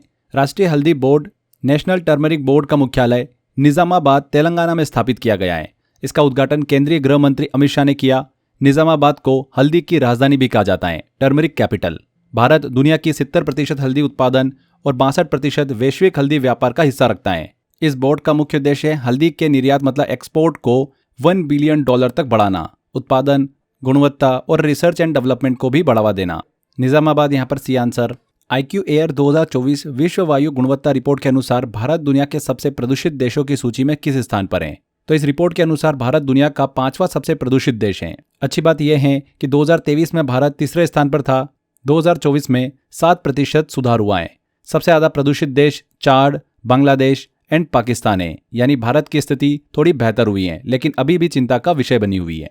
भारत का यहाँ पर जो स्थान है वो 5th है। एम ट्यूरिंग अवार्ड 2024 किसे दिया गया? तो एम ट्यूरिंग अवार्ड 2024, जिसे कंप्यूटिंग का नोबेल प्राइज भी कहा जाता है, यह पुरस्कार दिया गया डॉक्टर एंड्रयू बार्टो और डॉक्टर रिचर्ड सटन को। इन दोनों को रीइंफोर्समेंट लर्निंग की नींव रखने के लिए सम्मानित किया गया। रीइंफोर्समेंट लर्निंग का मतलब है AI system trial and error और इनाम के जरिए सिखाता है, रिवॉर्ड के जरिए। आज के एआई जैसे कि चैट जीपीटी, अल्फागो इसी तकनीक पर आधारित हैं। ये पुरस्कार ACM association for computing machinery द्वारा दिया गया और इसमें $1 मिलियन की राशि शामिल होती है। यहाँ पर एंड्रयू बार्टो और रिचर्ड सटन। 2025 को संयुक्त राष्ट्र ने किस वर्ष के रूप में घोषित किया है? बहुत ही इंपॉर्टेंट क्वेश्चन है, एग्जाम में पूछा हुआ क्वेश्चन है। अंतर्राष्ट्रीय हिमनद संरक्षण वर्ष के रूप में यूनाइटेड नेशन ने 2025 वर्ष को घोषित किया है, international year of glaciers preservation. इसका उद्देश्य है तेजी से पिघलते ग्लेशियर को बचाना और वैश्विक जागरूकता फैलाना। साथ ही हर साल 21 मार्च को वर्ल्ड ग्लेशियर डे भी मनाया जाएगा। ये प्रस्ताव तजाकिस्तान द्वारा रखा गया था। ग्लेशियरों को water tower of the world भी कहा जाता है क्योंकि यह मीठे पानी का बड़ा स्रोत है। यहाँ पर B answer, international year of glacier preservation. World happiness report 2025 में भारत की रैंक क्या है? भारत की रैंक है 118। वर्ल्ड हैप्पीनेस रिपोर्ट 2025 में कुल 147 देशों में भारत को 118वें स्थान पर रखा है। पिछले साल 2024 में भारत की रैंक थी 126, यानी इस बार थोड़ा सुधार हुआ है। इस रिपोर्ट में फिनलैंड लगातार सबसे खुश देश रहा है, अफगानिस्तान सबसे आखिरी स्थान पर रहा है। ये रैंकिंग आधारित होती है GDP, social support and corruption level. Bharat को कौन से स्थान पर रखा है? 118वें स्थान पर रखा है वर्ल्ड हैप्पीनेस रिपोर्ट 2025 में। वैज्ञानिकों ने 128 नए चंद्रमा खोजे, जिससे इस ग्रह के चंद्रमाओं की कुल संख्या 274 हो गई है। यह ग्रह कौन सा है? तो वैज्ञानिकों ने सैटर्न, शनि ग्रहों के चारों ओर 128 नए चंद्रमाओं की खोज की है। इस खोज के बाद शनि मतलब सैटर्न के कुल चंद्रमा की संख्या कितनी हो गई है? 274 हो गई है। यह संख्या अब सौर मंडल में सबसे ज्यादा है। पहले यह रिकॉर्ड जुपिटर के पास था, जिसके पास लगभग 95 चंद्रमा हैं। ये नए खोजे गए चंद्रमा आकार में इर्रेगुलर हैं और शनि मतलब सैटर्न की कक्षा में बहुत दूर घूमते हैं। काफी अच्छा क्वेश्चन है। यहाँ पर सैटर्न सी आंसर। भारत की किन 2 शहरों को यूनेस्को द्वारा wetland cities of the world की सूची में जोड़ा गया है? तो उदयपुर और इंदौर को भारत के 2 शहर हैं, इन्हें wetland cities of the world की सूची में शामिल किया गया। खास बात यह है कि ये भारत के पहले शहर हैं जिन्हें दर्जा मिला है। ये मान्यता रामसर कन्वेंशन के तहत दी जाती है। उदयपुर को चुना गया उसकी प्रसिद्ध झीलों के संरक्षण के लिए और इंदौर को चुना गया सिरपुर और यशवंत सागर वेटलैंड की बेहतर सुरक्षा के लिए। अगला आता है क्वेश्चन, इनमें से किस खिलाड़ी को 2024 के लिए मेजर ध्यानचंद खेल रत्न पुरस्कार से सम्मानित नहीं किया गया है? तो 2024 का मेजर ध्यानचंद खेल रत्न पुरस्कार डी गुकेश को मिला है, हरमनप्रीत सिंह को मिला है, प्रवीण कुमार को मिला है, पैरा एथलीट है ये, और मनु भाकर को मिला है। यहाँ पर नवदीप सिंह को मेजर ध्यानचंद खेल रत्न पुरस्कार से सम्मानित नहीं किया गया। तो डी आंसर सही होगा। मेजर ध्यानचंद खेल रत्न पुरस्कार भारत का सबसे बड़ा खेल सम्मान है जो पिछले 4 वर्षों में उत्कृष्ट प्रदर्शन के लिए दिया जाता है। भारत और फ्रांस के बीच वरुण नौसैनिक युद्ध अभ्यास के कौन से संस्करण का आयोजन किया गया? तो भारत और फ्रांस की सेनाओं के बीच द्विपक्षीय नौसैन्य अभ्यास वरुण का 23वां संस्करण आयोजित किया गया। यह अभ्यास मार्च 2025 में हुआ। दोनों देशों के बीच समुद्री सुरक्षा और तालमेल को मजबूत करना इसका उद्देश्य रहा। 23वां संस्करण था। गोल्ड मर्करी अवार्ड 2025 शांति और वैश्विक नेतृत्व के लिए किसे दिया गया? तो gold mercury award 2025 peace and global leadership श्रेणी में दलाई लामा को दिया गया। ये पुरस्कार उन्हें अहिंसा, करुणा और पर्यावरण संतुलन के लिए उनके आजीवन योगदान के लिए दिया गया है। गोल्ड मर्करी इंटरनेशनल अवार्ड की स्थापना 1961 में हुई। ये एक प्रतिष्ठित अंतर्राष्ट्रीय सम्मान है। दलाई लामा। पद्म भूषण विजेता रमाकांत रथ जिनका हाल ही में निधन हुआ, वे किस क्षेत्र से संबंधित थे? तो रमाकांत रथ ओडिया साहित्य के प्रसिद्ध कवि थे। उन्हें साहित्य के क्षेत्र में असाधारण योगदान के लिए कई बड़े सम्मान मिले। 2006 में पद्म भूषण, 1992 में सरस्वती सम्मान और 1977 में साहित्य अकादमी पुरस्कार। उनकी सबसे प्रसिद्ध काव्य रचना है श्री राधा, जिसे भारतीय साहित्य की श्रेष्ठ कृतियों में गिना जाता है। लिटरेचर साहित्य से संबंधित थे। अटुकल पोंगल त्योहार कहाँ पर मनाया जाता है? तो अटुकल पोंगल त्योहार मुख्य रूप से केरल के तिरुवनंतपुरम में स्थित अटुकल भगवती मंदिर में सेलिब्रेट किया जाता है। इस त्योहार की खास बात यह है कि यह 10 दिनों तक चलने वाला त्योहार है। इसमें केवल महिलाएं ही भाग लेती है, इसीलिए इसे महिलाओं का सबरीमाला भी कहा जाता है। यह त्योहार Guinness book of world record में दुनिया की सबसे बड़ी महिला धार्मिक सभा के रूप में दर्ज है। इस दौरान महिलाएं मिट्टी के बर्तनों में चावल, गुड़ और नारियल से पोंगल प्रसाद बनाती हैं। अटुकल पोंगल त्योहार केरल से संबंधित है। 82वें गोल्डन ग्लोब अवार्ड 2025 में बेस्ट मोशन पिक्चर का अवार्ड किसे दिया गया? नॉन इंग्लिश लैंग्वेज का। तो ये अवार्ड दिया गया एमिलिया परेज को। यह फिल्म एक फ्रेंच फिल्म है लेकिन स्पेनिश लैंग्वेज में बनी है और यह एक म्यूजिकल क्राइम कॉमेडी है। फिल्म की कहानी एक मैक्सिकन ड्रग लॉर्ड के बारे में है जो अपनी पहचान बदलकर महिला के रूप में नया जीवन शुरू करता है। यहाँ पर एमिलिया परेज। चर्चा में रहा मुकल्ला पोर्ट किस देश में स्थित है? तो हाल ही में सऊदी अरब ने यमन के मुकल्ला पोर्ट पर एयर स्ट्राइक की। सऊदी अरब का दावा था कि यहाँ यूएई समर्थित गुटों के लिए हथियारों की तस्करी की जा रही है। मुकल्ला पोर्ट यमन के हद्रमौल प्रांत में स्थित है। यह अदन से लगभग 480 किलोमीटर उत्तर पूर्व में है। मुकल्ला पोर्ट किस देश में स्थित है? यमन में। नेक्स्ट आता है ग्रीन जीडीपी के लिए पारिस्थितिकी तंत्र का मूल्यांकन करने वाला देश का पहला राज्य कौन सा बना है? तो छत्तीसगढ़ भारत का पहला राज्य बन गया जिसने ग्रीन जीडीपी के लिए वन परिस्थिति तंत्र का मूल्यांकन शुरू किया। ग्रीन जीडीपी का मतलब है कि विकास की गणना करते समय सिर्फ पैसा नहीं बल्कि पर्यावरण को हुआ नुकसान, प्राकृतिक संसाधनों की कमी को भी जोड़कर देखना। यह मूल्यांकन ICFRE Indian council of forestry research and education के सहयोग से किया गया। इसका उद्देश्य क्या है? विकास और पर्यावरण संरक्षण के बीच संतुलन बनाना। छत्तीसगढ़ ऐसा करने वाला पहला राज्य। नेक्स्ट क्वेश्चन आता है पश्चिम बंगाल टीम ने किस टीम को हराकर संतोष ट्रॉफी 2024 का खिताब जीता है? तो पश्चिम बंगाल की टीम ने केरल को 1-0 से हराकर संतोष ट्रॉफी 2024-25 का खिताब अपने नाम किया। यह मैच हैदराबाद के GMC बाल योगी स्टेडियम में खेला गया। यह बंगाल का रिकॉर्ड 33वां संतोष ट्रॉफी खिताब है। संतोष ट्रॉफी भारत की राष्ट्रीय फुटबॉल चैंपियनशिप है जिसकी शुरुआत 1941 में हुई थी। तो पश्चिम बंगाल ने संतोष ट्रॉफी का खिताब जीता है, किसे हराकर? केरल को हराकर। ग्लोबल फायर पावर इंडेक्स 2025 में भारत की रैंक क्या है? तो ग्लोबल फायर पावर इंडेक्स 2025 में भारत को दुनिया की चौथी सबसे शक्तिशाली सेना के रूप में रैंक किया गया। इस सूचकांक में अमेरिका फर्स्ट है, सेकंड पर रशिया है, थर्ड पर चाइना है।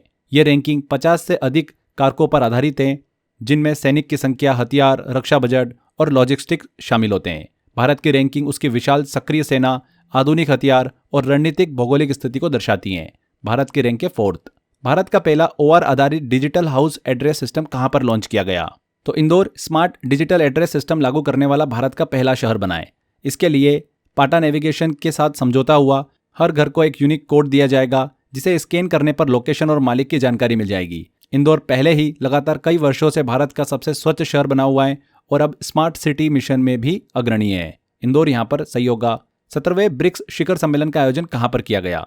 तो 17वें ब्रिक्स शिखर सम्मेलन का आयोजन जुलाई 2025 को रियो डी जेनेरियो ब्राजील में किया गया।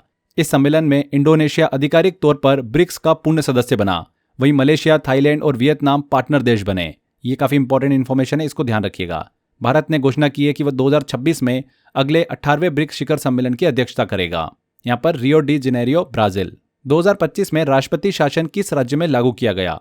तो फरवरी 2025 को मणिपुर में अनुच्छेद आर्टिकल 356 के तहत राष्ट्रपति शासन जो है वो लागू किया गया।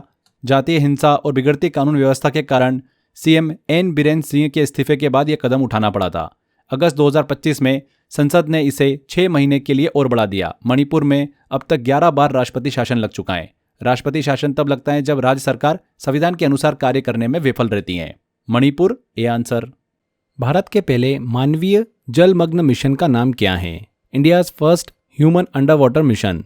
तो भारत के पहले मानवीय जलमग्न मिशन मेन ओशियन मिशन का नाम है समुद्रयान।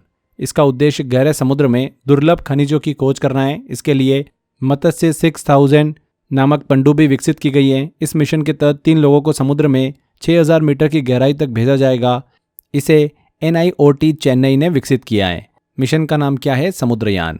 खो खो विश्व कप 2025 में महिला एवं पुरुष वर्ग का खिताब किसने जीता है? तो भारत ने पहले खो खो विश्व कप 2025 में पुरुष और महिला दोनों वर्गों का खिताब जीता है। नई दिल्ली के इंदिरा गांधी इंडोर स्टेडियम में हुए फाइनल मुकाबले में भारत ने दोनों वर्गों में नेपाल को हराया है। यह टूर्नामेंट खो खो को अंतर्राष्ट्रीय स्तर पर पहचान दिलाने की दिशा में एक बहुत ही बड़ा कदम है। भारतीय टीमों ने पूरे टूर्नामेंट में अजय रहते हुए शानदार प्रदर्शन किया है। तो दोनों वर्गों में कौन जीता है? भारत। वैज्ञानिक डॉक्टर राजगोपाल चिदम्बरम का निधन हुआ। उन्हें किस वर्ष पद्म विभूषण से सम्मानित किया गया था?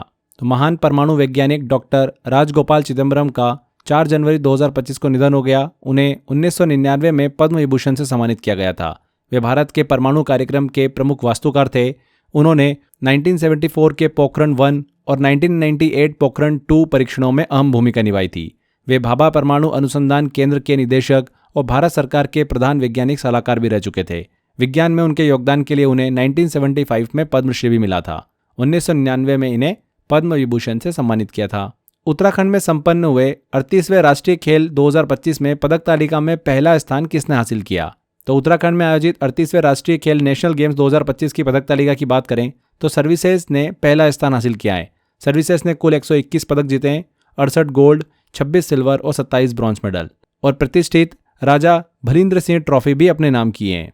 यह लगातार 5वीं बार है जब सर्विसेज ने राष्ट्रीय खेलों में शीर्ष स्थान प्राप्त किया है। खेलों का आदर्श वाक्य मोटो क्या रहा? संकल्प से शिखर तक। आयोजन इसका जनवरी से फरवरी 2025 के बीच में हुआ था। यहाँ पर services sports control board. Chagos द्वीप से संबंधित विवाद किन 2 देशों के बीच है? तो चागोस द्वीप समूह की संप्रभुता को लेकर विवाद मुख्य रूप से मॉरिशस और ब्रिटेन के बीच है। ब्रिटेन ने 1965 में मॉरिशस को आज़ादी देने से पहले इन द्वीपों को अलग कर ब्रिटिश इंडियन ओशन टेरिटरी बना दिया था। मॉरिशस का दावा है कि ऐतिहासिक और कानूनी रूप से यह द्वीप उसका हिस्सा है। अंतर्राष्ट्रीय न्यायालय ने भी, इंटरनेशनल कोर्ट ऑफ जस्टिस ने भी ब्रिटेन को द्वीप लौटाने को कहा है। इस द्वीप पर अमेरिका का एक महत्वपूर्ण सैन्य बेस भी स्थित है, जो इस विवाद को भू राजनीतिक रूप से अहम बनाता है। किन 2 देशों के बीच है? मॉरिशस और यूनाइटेड किंगडम। केंद्र सरकार ने 1 जनवरी 2025 को देश में शोध लेखों और पत्रिकाओं तक राष्ट्रव्यापी पहुंच प्रदान करने के लिए कौन सी योजना शुरू की है? तो केंद्र सरकार ने 1 जनवरी 2025 से वन नेशन वन सब्सक्रिप्शन योजना शुरू करी है। इसका उद्देश्य देश के सभी उच्च शिक्षा संस्थानों और रिसर्च लैब्स को महंगे अंतर्राष्ट्रीय रिसर्च जर्नल्स और आर्टिकल्स तक मुफ्त पहुंच देना है। ये पहल अनुसंधान नेशनल रिसर्च फाउंडेशन के तहत लागू की गई हैं। इसमें 30 पब्लिशर के 13,000 से ज़्यादा जर्नल शामिल हैं। इससे छोटे कॉलेजों के छात्रों को भी वही रिसोर्सेस मिलेंगे जो शीर्ष संस्थानों के छात्रों को मिलते हैं। यहाँ पर वन नेशन वन सब्सक्रिप्शन। संयुक्त राष्ट्र UN द्वारा वर्ष 2026 को निम्न में से किस अंतर्राष्ट्रीय वर्ष के रूप में घोषित किया गया? तो 2026 की बात हो रही है। तो संयुक्त राष्ट्र ने 2026 को 3 अलग अलग विषयों के लिए अंतर्राष्ट्रीय वर्ष घोषित किया है। पहला, चारोगाहों और चरवाहों का अंतर्राष्ट्रीय वर्ष। दूसरा रखा है सतत विकास के लिए स्वयंसेवकों का वर्ष, international year of volunteers for sustainable development. And तीसरा, महिला किसान का अंतर्राष्ट्रीय वर्ष, international year of the women farmer. यहाँ पर all of the above D answer बिल्कुल करेक्ट होगा। नीति आयोग द्वारा जारी वित्तीय स्वास्थ्य सूचकांक में किस राज्य ने शीर्ष स्थान प्राप्त किया है? तो नीति आयोग द्वारा जारी जनवरी 2025 में देखिए वित्तीय स्वास्थ्य सूचकांक में ओडिशा ने शीर्ष स्थान प्राप्त किया है। इस सूचकांक में छत्तीसगढ़ दूसरे स्थान पर आए और गोवा तीसरे स्थान पर। ये इंडेक्स राज्यों की वित्तीय स्थिति, राजकोषीय घाटे और खर्च की गुणवत्ता का मूल्यांकन करता है। रिपोर्ट को 16वें वित्त आयोग के अध्यक्ष डॉक्टर अरविंद पनगड़िया ने लॉन्च किया था। ओडिशा पहले स्थान पर आए। हाल ही में किस देश ने दुनिया का पहला डीप सी रडार विकसित किया है जो ऊंचाई पर उड़ने वाले विमानों का भी पता लगा सकता है? तो चीन ने दुनिया का पहला डीप सी रडार विकसित किया जो समुद्र की गहराई से ऊंचाई पर उड़ने वाले विमानों का पता लगा सकता है। यह एक अकॉस्टिक सेंसर अरे है जिसे समुद्र तल पर लगभग 1000 मीटर की गहराई पर स्थापित किया गया है। परीक्षण के दौरान इसने 5000 मीटर की ऊंचाई पर उड़ रहे विमान को सफलतापूर्वक ट्रैक किया। ये टेक्निक पारंपरिक रडार की सीमाओं को पार करते हुए निगरानी क्षमता को बढ़ा देती है। तो चाइना दुनिया का पहला डीप सी रडार विकसित करने वाला देश बना। महिला हॉकी इंडिया लीग 2024-25 का उद्घाटन संस्करण किसने जीता है? किसने जीता है? ओडिशा वॉरियर्स ने।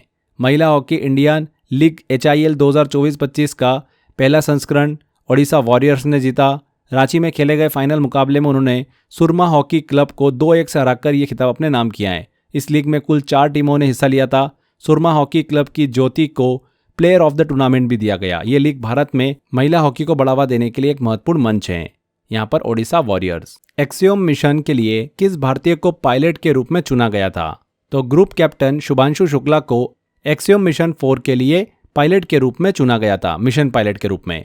यह मिशन इसरो और नासा के सहयोग का परिणाम है। शुभांशु शुक्ला भारतीय वायुसेना के टेस्ट पायलट भी हैं। वे अंतरिक्ष में जाने वाले राकेश शर्मा के बाद दूसरे भारतीय हैं, शुभांशु शुक्ला। ये भी ध्यान रखिएगा। यहाँ पर बी आंसर। दुनिया का सबसे शक्तिशाली हाइड्रोजन ईंधन संचालित इंजन किसने विकसित किया है?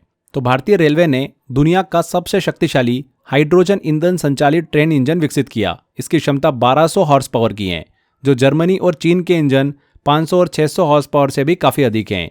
यह हाइड्रोजन फॉर हेरिटेज पर्ल का हिस्सा है और इसका पहला ट्रायल हरियाणा के जिन सोनीपत रूट पर किया गया। यह इंजन हाइड्रोजन फ्यूल सेल तकनीक का उपयोग करता है जिसका एकमात्र उत्सर्जन पानी होता है, वाटर है। यहाँ पर भारत सी आंसर। भारतीय एथलेटिक्स महासंघ AFI के अध्यक्ष के रूप में किसे नियुक्त किया गया? तो पूर्व दिग्गज शॉट पुटर बहादुर सिंह सग्गू को भारतीय एथलेटिक्स महासंघ का नया अध्यक्ष चुना गया। उन्होंने आदिल सुमीरवाला का स्थान लिया है। बहादुर सिंह 2002 में एशियाई खेलों के स्वर्ण पदक विजेता हैं। उन्होंने सन 2000 और 2004 के ओलंपिक में भारत का प्रतिनिधित्व भी किया था और उन्हें पद्मश्री से भी सम्मानित किया जा चुका है। AFI भारत में एथलेटिक्स की गवर्निंग बॉडी है। बहादुर सिंह सग्गू यहाँ पर इन्हें अध्यक्ष के रूप में नियुक्त किया गया। मकरविल्लुकु त्योहार किस राज्य में मनाया जाता है? तो मकरविल्लुकु त्योहार केरल के प्रसिद्ध सबरीमाला मंदिर में मकर संक्रांति पर सेलिब्रेट किया जाता है। इस दिन लाखों श्रद्धालु भगवान अयप्पा के पवित्र आभूषणों के दर्शन करते हैं और पहाड़ी पर दिखने वाली मकर ज्योति को पूजते हैं। सबरीमाला मंदिर पेरियार टाइगर रिजर्व के घने जंगलों के बीच स्थित है और ये त्योहार 41 दिनों के मंडलम सीजन का समापन होता है। केरल राज्य में मनाया जाता है मकरविल्लुकु। भारत का पहला 3D प्रिंटेड मिलिट्री बंकर कहां पर बनाया गया? तो भारतीय सेना ने पूर्वी लद्दाख में अपने पहले 3D प्रिंटेड मिलिट्री बंकर का उद्घाटन किया है। यह बंकर IIT गांधीनगर और स्टार्टअप के सहयोग से बनाया गया। इसे केवल 36 से 48 घंटों में तैयार किया गया। 3D प्रिंटेड बंकर बम धमाकों को झेलने में सक्षम है और माइनस टेम्परेचर में सैनिकों को सुरक्षित रखते हैं। भारत का पहला 3D printed post office Bengaluru में है और पहला 3D प्रिंटेड मंदिर तेलंगाना में बना था। ये भी आप दिमाग में रख के चलिएगा, क्वेश्चन कहीं से भी पूछ सकते हैं। भारत का पहला 3D printed military bunker Ladakh में बना। 22 अप्रैल 2025 को पहलगाम आतंकी हमले के बाद घुसपैठ को रोकने के लिए कौन सा ऑपरेशन शुरू किया गया था? तो वो है ऑपरेशन टिक्का। अप्रैल 2025 में जम्मू कश्मीर के पहलगाम में हुए आतंकी हमले, जहां पर 26 से 27 पर्यटकों की मृत्यु हो गई थी, उसके बाद घुसपैठ को रोकने के लिए ऑपरेशन टिक्का शुरू किया गया। इसका उद्देश्य रहा सीमा पार से आए घुसपैठ को रोकना और POK में स्थित आतंकी लॉन्च पैड को नष्ट करना। सुरक्षा बलों ने हमले में शामिल आतंकियों को मारने के लिए ऑपरेशन महादेव और एयर स्ट्राइक के लिए ऑपरेशन सिंदूर भी चलाया था। यहाँ पर ऑपरेशन टिक्का करेक्ट होगा। अभ्यास टाइगर ट्रायम्फ किन 2 देशों के बीच आयोजित किया जाने वाला एक द्विपक्षीय सैन्य अभ्यास है? तो टाइगर ट्रायम्फ की बात करें, भारत और अमेरिका के बीच आयोजित एक प्रमुख ट्राई सर्विस तीनों सेनाओं का सैन्य अभ्यास है। इसका चौथा संस्करण अप्रैल 2025 में आंध्र प्रदेश के विशाखापट्टनम और काकीनाडा में आयोजित किया गया। इसका मुख्य उद्देश्य है मानवीय सहायता और आपदा राहत कार्यों में दोनों देशों के बीच सहयोग और तालमेल को बढ़ाना। भारत और संयुक्त राज्य अमेरिका। हाल ही में किसे भारत के सर्वोच्च साहित्य सम्मान 59वें ज्ञानपीठ पुरस्कार के लिए चुना गया है? तो प्रसिद्ध हिंदी लेखक विनोद कुमार शुक्ल को 59वें ज्ञानपीठ पुरस्कार के लिए चुना गया, जो भारत का सर्वोच्च साहित्य सम्मान है। वे छत्तीसगढ़ से यह पुरस्कार पाने वाले पहले और हिंदी भाषा के 12वें लेखक हैं। यहाँ पर विनोद कुमार शुक्ल सी आंसर करेक्ट होगा। एबेल पुरस्कार 2025, जिसे अक्सर गणित का नोबेल पुरस्कार कहा जाता है, इनमें से किसे सम्मानित किया गया? एबेल पुरस्कार 2025 से। तो मार्च 2025 में जापानी गणितज्ञ मसाकी काशिवारा को एबेल पुरस्कार 2025 से सम्मानित किया गया। इसे गणित का नोबेल कहते हैं, क्योंकि नोबेल पुरस्कारों में गणित की श्रेणी नहीं होती है। इसकी शुरुआत 2003 में हुई थी। काशिवारा यह प्रतिष्ठित पुरस्कार पाने वाले पहले जापानी व्यक्ति बन गए। यह पुरस्कार नॉर्वेजियन एकेडमी के द्वारा दिया जाता है। मसाकी काशिवारा। भारत का पहला vertical lift rail bridge Pamban bridge कहाँ पर स्थित है? तो भारत का पहला वर्टिकल लिफ्ट सी ब्रिज पंबन ब्रिज तमिलनाडु में स्थित है, जिसका उद्घाटन पीएम मोदी ने अप्रैल 2025 में किया। ये पुल मंडपम को रामेश्वरम द्वीप से जोड़ता है और इसका मध्य भाग जो है 63 मीटर का, वो जहाज़ों के गुजरने के लिए ऊपर उठ सकता है। इसे रेल विकास निगम लिमिटेड RVNL ने बनाया है। ये पुराने पंबन पुल की जगह लेगा, जो 100 साल से अधिक पुराना था। कहाँ पर स्थित है? ये तमिलनाडु में स्थित है। इंग्लैंड में आयोजित पुरुष और महिला कबड्डी विश्व कप 2025 दोनों का खिताब किसने जीता है? तो मार्च 2025 में भारत ने इंग्लैंड में आयोजित कबड्डी विश्व कप 2025 में पुरुष और महिला दोनों वर्गों का खिताब जीतकर इतिहास रचा। यह पहली बार था जब कबड्डी विश्व कप का आयोजन एशिया के बाहर किया गया था। यह टूर्नामेंट वर्ल्ड कबड्डी संस्थान द्वारा आयोजित किया गया। भारतीय टीमों ने पूरे टूर्नामेंट में अपना दबदबा बनाए रखा। इस जीत ने कबड्डी को एक वैश्विक खेल, ग्लोबल स्पोर्ट के रूप में स्थापित करने में मदद की है। दोनों का खिताब किसने जीता है? भारत ने जीता है। किस राज्य सरकार ने डिजिटल निर्भरता, डिजिटल डिपेंडेंसी को कम करने के लिए बियॉन्ड स्क्रीन्स पहल शुरू की है? कर्नाटक सरकार ने फ्रेंड्स मार्च 2025 में बियॉन्ड स्क्रीन्स पहल को शुरू किया, जो एक डिजिटल डिटॉक्स अभियान है। इसे ऑल इंडिया गेमिंग फेडरेशन के सहयोग से शुरू किया गया, जिसका उद्देश्य युवाओं में मोबाइल और डिजिटल लत को कम करना है। इस पहल का आदर्श वाक्य क्या है, मोटो क्या है? सनलाइट बिफोर स्क्रीन लाइट, जो बाहरी गतिविधियों को बढ़ावा देता है। यह मानसिक स्वास्थ्य और सामाजिक मेलजोल को बेहतर बनाने की दिशा में एक महत्वपूर्ण कदम भी है। कर्नाटक यहाँ पर करेक्ट होगा। महिला उद्यमियों को बिना किसी गारंटी के ऋण प्रदान करने के लिए अस्मिता ऋण योजना किसने शुरू करी? तो SBI ने महिला उद्यमियों को सशक्त बनाने के लिए SBI अस्मिता नामक विशेष ऋण योजना शुरू की है। इसका उद्देश्य है महिला नेतृत्व वाले व्यवसायों को बिना किसी गारंटी के 10 लाख से 5 करोड़ तक का लोन देना। ये एक डिजिटल लोन सुविधा है जिसमें ब्याज दरें सामान्य बिजनेस लोन से कम रखी गई हैं। भारतीय स्टेट बैंक। भारत का पहला निजी पुनर्बीमाकर्ता कौन बना है? तो मार्च 2025 में IRDAI ने वैल्यू एक्टिक्स री इंश्योरेंस को भारत में व्यवसाय शुरू करने की मंजूरी दी है, जिससे यह भारत की पहली निजी पुनर्बीमा कंपनी बन गई है। इससे पहले केवल सरकारी कंपनी पुनर्बीमा के क्षेत्र में थी, अब निजी क्षेत्र का भी प्रवेश हो गया है। यहाँ पर वैल्यू एक्टिक्स री इंश्योरेंस। पार्वती अर्गा पक्षी अभ्यारण्य को इको सेंसिटिव जोन घोषित किया गया। यह किस राज्य में स्थित है? तो दिसंबर 2025 में भारत सरकार ने यूपी के गोंडा जिले में स्थित इस सेंचुरी को इको सेंसिटिव जोन के रूप में घोषित किया है। इको सेंसिटिव जोन का फायदा यह होता है कि इससे अभ्यारण्य के आसपास के 11 किलोमीटर वर्ग क्षेत्र में प्रदूषण फैलाने वाली गतिविधियों पर रोक लगेगी और बायोडाइवर्सिटी कंजर्वेशन को बढ़ावा मिलेगा। याद रखना है, पार्वती अर्गा को 2019 में रामसर साइट का दर्जा भी दिया गया था। ये 2 झीलें पार्वती और अर्गा से मिलकर बनाए, यहाँ पर उत्तर प्रदेश से संबंधित हैं। 2024 में चाय निर्यातक देशों के बीच भारत का स्थान क्या है? तो 2024-25 के आंकड़ों के अनुसार भारत ने श्रीलंका को पीछे छोड़कर दुनिया का दूसरा सबसे बड़ा चाय निर्यातक देश बनने का खिताब हासिल किया। भारत का चाय निर्यात लगभग 254 मिलियन किलोग्राम तक पहुंच गया है, जो पिछले कई वर्षों में सर्वाधिक है। केन्या अभी भी दुनिया का सबसे बड़ा चाय निर्यातक देश बना हुआ है। यहाँ पर सेकंड बी आंसर। भारत का पहला व्हाइट टाइगर ब्रीडिंग सेंटर किस राज्य में मंजूर किया गया? तो भारत का पहला white tiger breeding centre Madhya Pradesh के सतना जिले में मंजूर किया गया। ये Maharaja Martand Singh Judev white tiger safari का हिस्सा है। दुनिया का पहला सफेद बाघ मोहन 1951 में यहीं पर ही मिला था। इसका उद्देश्य सफेद बाघों की आबादी को सुरक्षित करना और पर्यटन को बढ़ावा देना है। यहाँ पर्यटक दुनिया की पहली व्हाइट टाइगर सफारी का भी आनंद ले सकते हैं। किस राज्य में मंजूर किया गया? मध्य प्रदेश में। प्रधानमंत्री नरेंद्र मोदी ने 2 मई को विंझिंजम इंटरनेशनल सी पोर्ट का उद्घाटन किया। यह किस राज्य में स्थित है? तो ये सी पोर्ट स्थित हैं केरल में, केरल तिरुवनंतपुरम में। ये भारत का पहला डीप वाटर ट्रांसशिपमेंट पोर्ट है, जिसे अडानी पोर्ट्स और केरल सरकार ने मिलकर बनाया है। इसकी गहराई इतनी अधिक है कि दुनिया के सबसे बड़े मालवाहक जहाज जो होंगे वो यहाँ पर आसानी से लंगर डाल सकते हैं। विंजिंजम इंटरनेशनल सी पोर्ट का उद्घाटन किस राज्य में किया गया? केरल में। विजडन क्रिकेटर्स अल्मनेक 2025 में पुरुष वर्ग में किस भारतीय खिलाड़ी को क्रिकेटर ऑफ द ईयर नामित किया गया? तो भारतीय तेज गेंदबाज जसप्रीत बुमराह को पुरुष वर्ग में क्रिकेटर ऑफ द ईयर के लिए नामित किया। उन्हें विशेष रूप से 2024 के सीजन और T20 वर्ल्ड कप में शानदार प्रदर्शन के लिए चुना गया। वहां वे प्लेयर ऑफ द टूर्नामेंट भी थे। विजडन को क्रिकेट की बाइबल भी कहा जाता है और इसमें जगह बनाना किसी भी क्रिकेटर के लिए बहुत ही बड़ा सम्मान होता है। बुमराह अपनी सटीक यॉर्कर और अनूठी गेंदबाजी एक्शन के लिए दुनिया भर में काफ़ी ज़्यादा मशहूर भी हैं। जसप्रीत बुमराह यहाँ पर सही होगा। लता दीनानाथ मंगेशकर पुरस्कार 2025 किसे प्रदान किया गया? तो कुमार मंगलम बिरला को 2025 लता दीनानाथ मंगेशकर पुरस्कार से सम्मानित किया गया। ये पुरस्कार पाने वाले पहले उद्योगपति हैं। ये सम्मान राष्ट्र निर्माण और अर्थव्यवस्था में उनके योगदान के लिए उन्हें दिया गया है। इस पुरस्कार की बात करें तो ये पुरस्कार लता मंगेशकर की स्मृति में शुरू किया गया था।